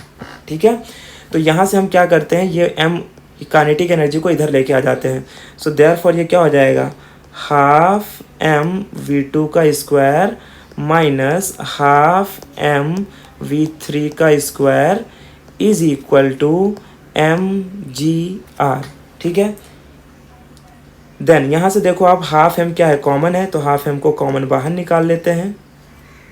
So therefore half m अगर कॉमन बाहर निकल गया तो बचा क्या, v2 का स्क्वायर माइनस v3 का square is equal to mgr। यहाँ से m से m क्या हो जाएगा, कैंसल, और ये 2 उधर जाके क्या हो जाएगा, multiply. So therefore we can write v2 square minus v3 square is equal to 2rg। ठीक है, अब देखो v2 की वैल्यू तो ऑलरेडी हमें पता है, क्या है v2 की वैल्यू, v2 की वैल्यू होती है, सिंस हम यहाँ पर लिख देंगे कि v2 is equal to root of 5rg। ठीक है, तो अगर v2 की वैल्यू रूट ऑफ 5rg है तो इसका स्क्वायर करेंगे तो आंसर हमें क्या मिलेगा, therefore we can write 5rg minus v3 का square is equal to 2rg। ठीक है, अब ये 5rg उधर जाएगा तो क्या हो जाएगा, minus 5rg। So therefore we can write minus v3 का square is equal to minus 5rg plus 2rg which can be written as minus v3 का square is equal to minus 3rg। ठीक है, अब माइनस माइनस क्या हो जाएगा, cancel, therefore finally we get v3 is equal to root of 3rg। So this is the velocity at midway point C। तो एक बार हम वापस से देख लेते हैं शुरू से हमने इसमें किया क्या है। तो हम टॉपिक पढ़े थे वर्टिकल सर्कुलर मोशन, और वर्टिकल सर्कुलर मोशन में हमने 3 पोजीशंस लिए थे, that is A, B and C। और आपको पता है A क्या है, highest point, B lowest point and C is the midway point. हमें सबसे पहले क्या फाइंड करना था, we have to find the tension at highest, lowest and midway point. और टेंशन एट हाईएस्ट पॉइंट के लिए हमने क्या देखा कि हमें एक इक्वेशन मिला, TA is equal to mv1 square upon r minus mg। उसके बाद टेंशन एट लोवेस्ट पॉइंट पर हमें इक्वेशन मिला that is T B is equal to M V two square upon R plus M G. तो दोनों equation में से minus और प्लस का ही डिफरेंट है, क्योंकि ऊपर वहाँ पर हमने देखा था हाईएस्ट पॉइंट पर एम जी और टेंशन दोनों का डायरेक्शन सेम था और यहाँ पर दोनों का डायरेक्शन अपोजिट था। फिर हमें फाइंड करना था वेलोसिटी एट डिफरेंट पॉइंट। तो हमने सबसे पहले क्या निकाला, वेलोसिटी एट हाईएस्ट पॉइंट ए, जिसके लिए हमने टेंशन का इक्वेशन यूज़ किया और यहाँ से हमें टेंशन का फॉर्मूला मिलता है V1 M V one square upon R minus M G. इसी फॉर्मूले का यूज़ करते हुए हमने V1 कैलकुलेट कर लिया which is equal to root R जी। अब मैंने आपको बोला था कि टेंशन एट हाईएस्ट पॉइंट क्यू जीरो होगा, तो अगर आप इस वैल्यू को यहाँ पर इस इक्वेशन में पुटअप करोगे तो आप ये सॉल्व कर पाओगे कि टेंशन एट हाईएस्ट पॉइंट क्या है, ज़ीरो। जैसे मैं यहाँ पर लिख देता हूँ, tension at highest point T A is equal to M. अच्छा, V1 की वैल्यू है रूट आर जी, तो स्क्वायर करूँगा तो क्या होगा, आर जी हो जाएगा। अपॉन नीचे क्या है, आर माइनस क्या है, एम जी। तो देखो आर से आर कैंसल ना, तो बचा क्या फिर, M G minus M G. तो एम जी भी कैंसिल हो गया, तो आंसर क्या आ गया, ज़ीरो। तो याद रखना है tension at highest point is zero. ठीक है, तो हमने टेंशन एट हाईएस्ट पॉइंट का यूज़ करते हुए V1 की वेलोसिटी निकाल ली। फिर हमने एक कॉन्सेप्ट यूज़ किया कि जब पार्टिकल ए पॉइंट से बी पॉइंट पर मूव करेगा तो उसकी पोटेंशियल जो डिक्रीज होगी और काइनेटिक एनर्जी इंक्रीज होगी। इस कॉन्सेप्ट का यूज़ करते हुए हमने V2 वेलोसिटी कैलकुलेट की which is equal to root of 5 r g। Then उसके बाद हमें थर्ड क्या फाइंड करना था, velocity at midway point C. तो velocity at midway point C find करने के लिए हमने एक कॉन्सेप्ट यूज़ किया कि total energy at every point remains the constant, therefore we can say that total energy at B is equal to total energy at C. और हमें पता है टोटल एनर्जी किसका कॉम्बिनेशन होता है, kinetic energy plus potential energy का। तो ये सब वैल्यूज़ रखते हुए हमने इसे सॉल्व किया और फाइनली हमें इक्वेशन मिल गया V3 is equal to root of 3r g। Book में देखें तो total energy of particle performing SHM का डेरिवेशन बुक में डिराइव नहीं किया हुआ है, तो फिर भी हम अपने ध्यान में रखते हुए एक इक्वेशन लिख लेते हैं, यानी उसका फॉर्मूला लिख लेते हैं, ताकि अगर हमें इसका कहीं पर यूज़ करना पड़े तो हमें याद रहे कि जब कोई object vertical circular motion perform करता है तो उसकी टोटल एनर्जी किसी भी पॉइंट पर क्या होती है। So therefore we will write the total energy of a particle या object of a particle or object performing vertical circular motion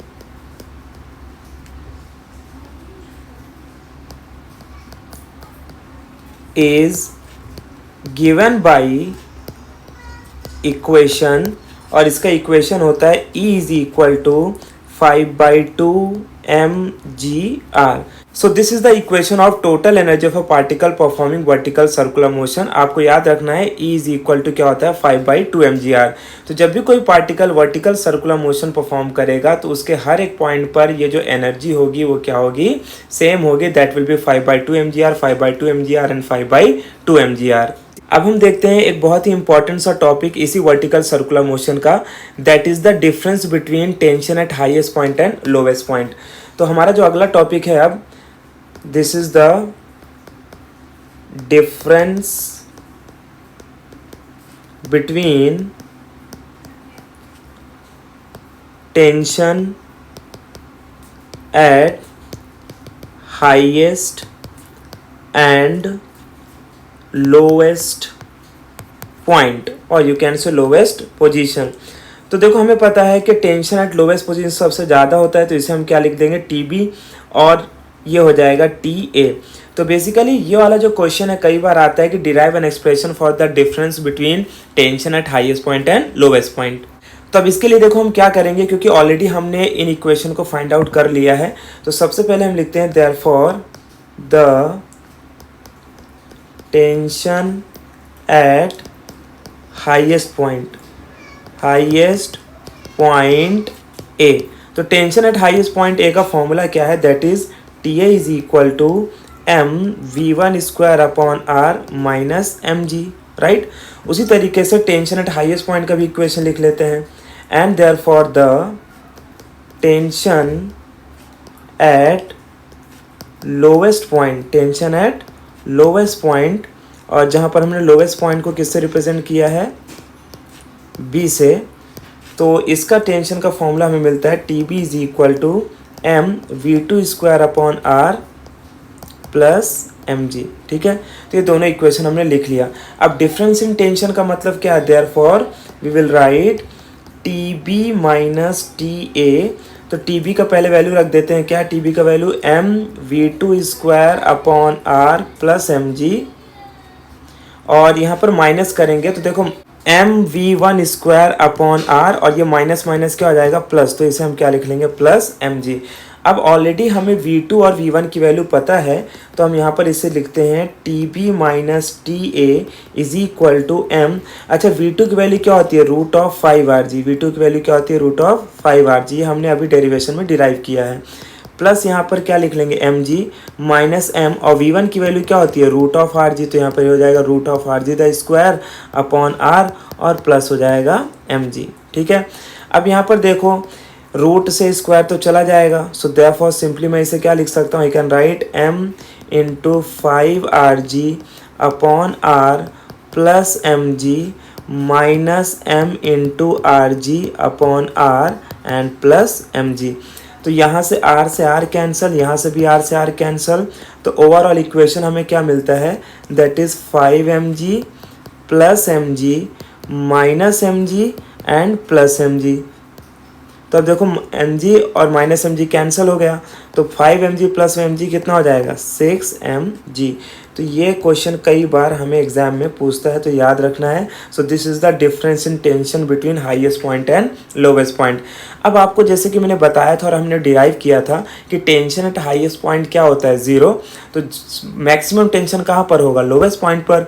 तो maximum tension minus lowest tension करेंगे तो आंसर हमें क्या मिलता है 6mg। इससे हमें ये पता चला कि जब कोई particle vertical circular motion perform करेगा, तो जब वो लोवेस्ट पॉइंट यानी B पर आएगा ना, तो उसका जो टेंशन है उस स्ट्रिंग में लगने वाला, वो उसके वेट से 6 गुना बढ़ जाएगा, बिकॉज यहाँ पर हमें आंसर क्या मिला है 6 times of mg। So this is the overall topic related to vertical circular motion.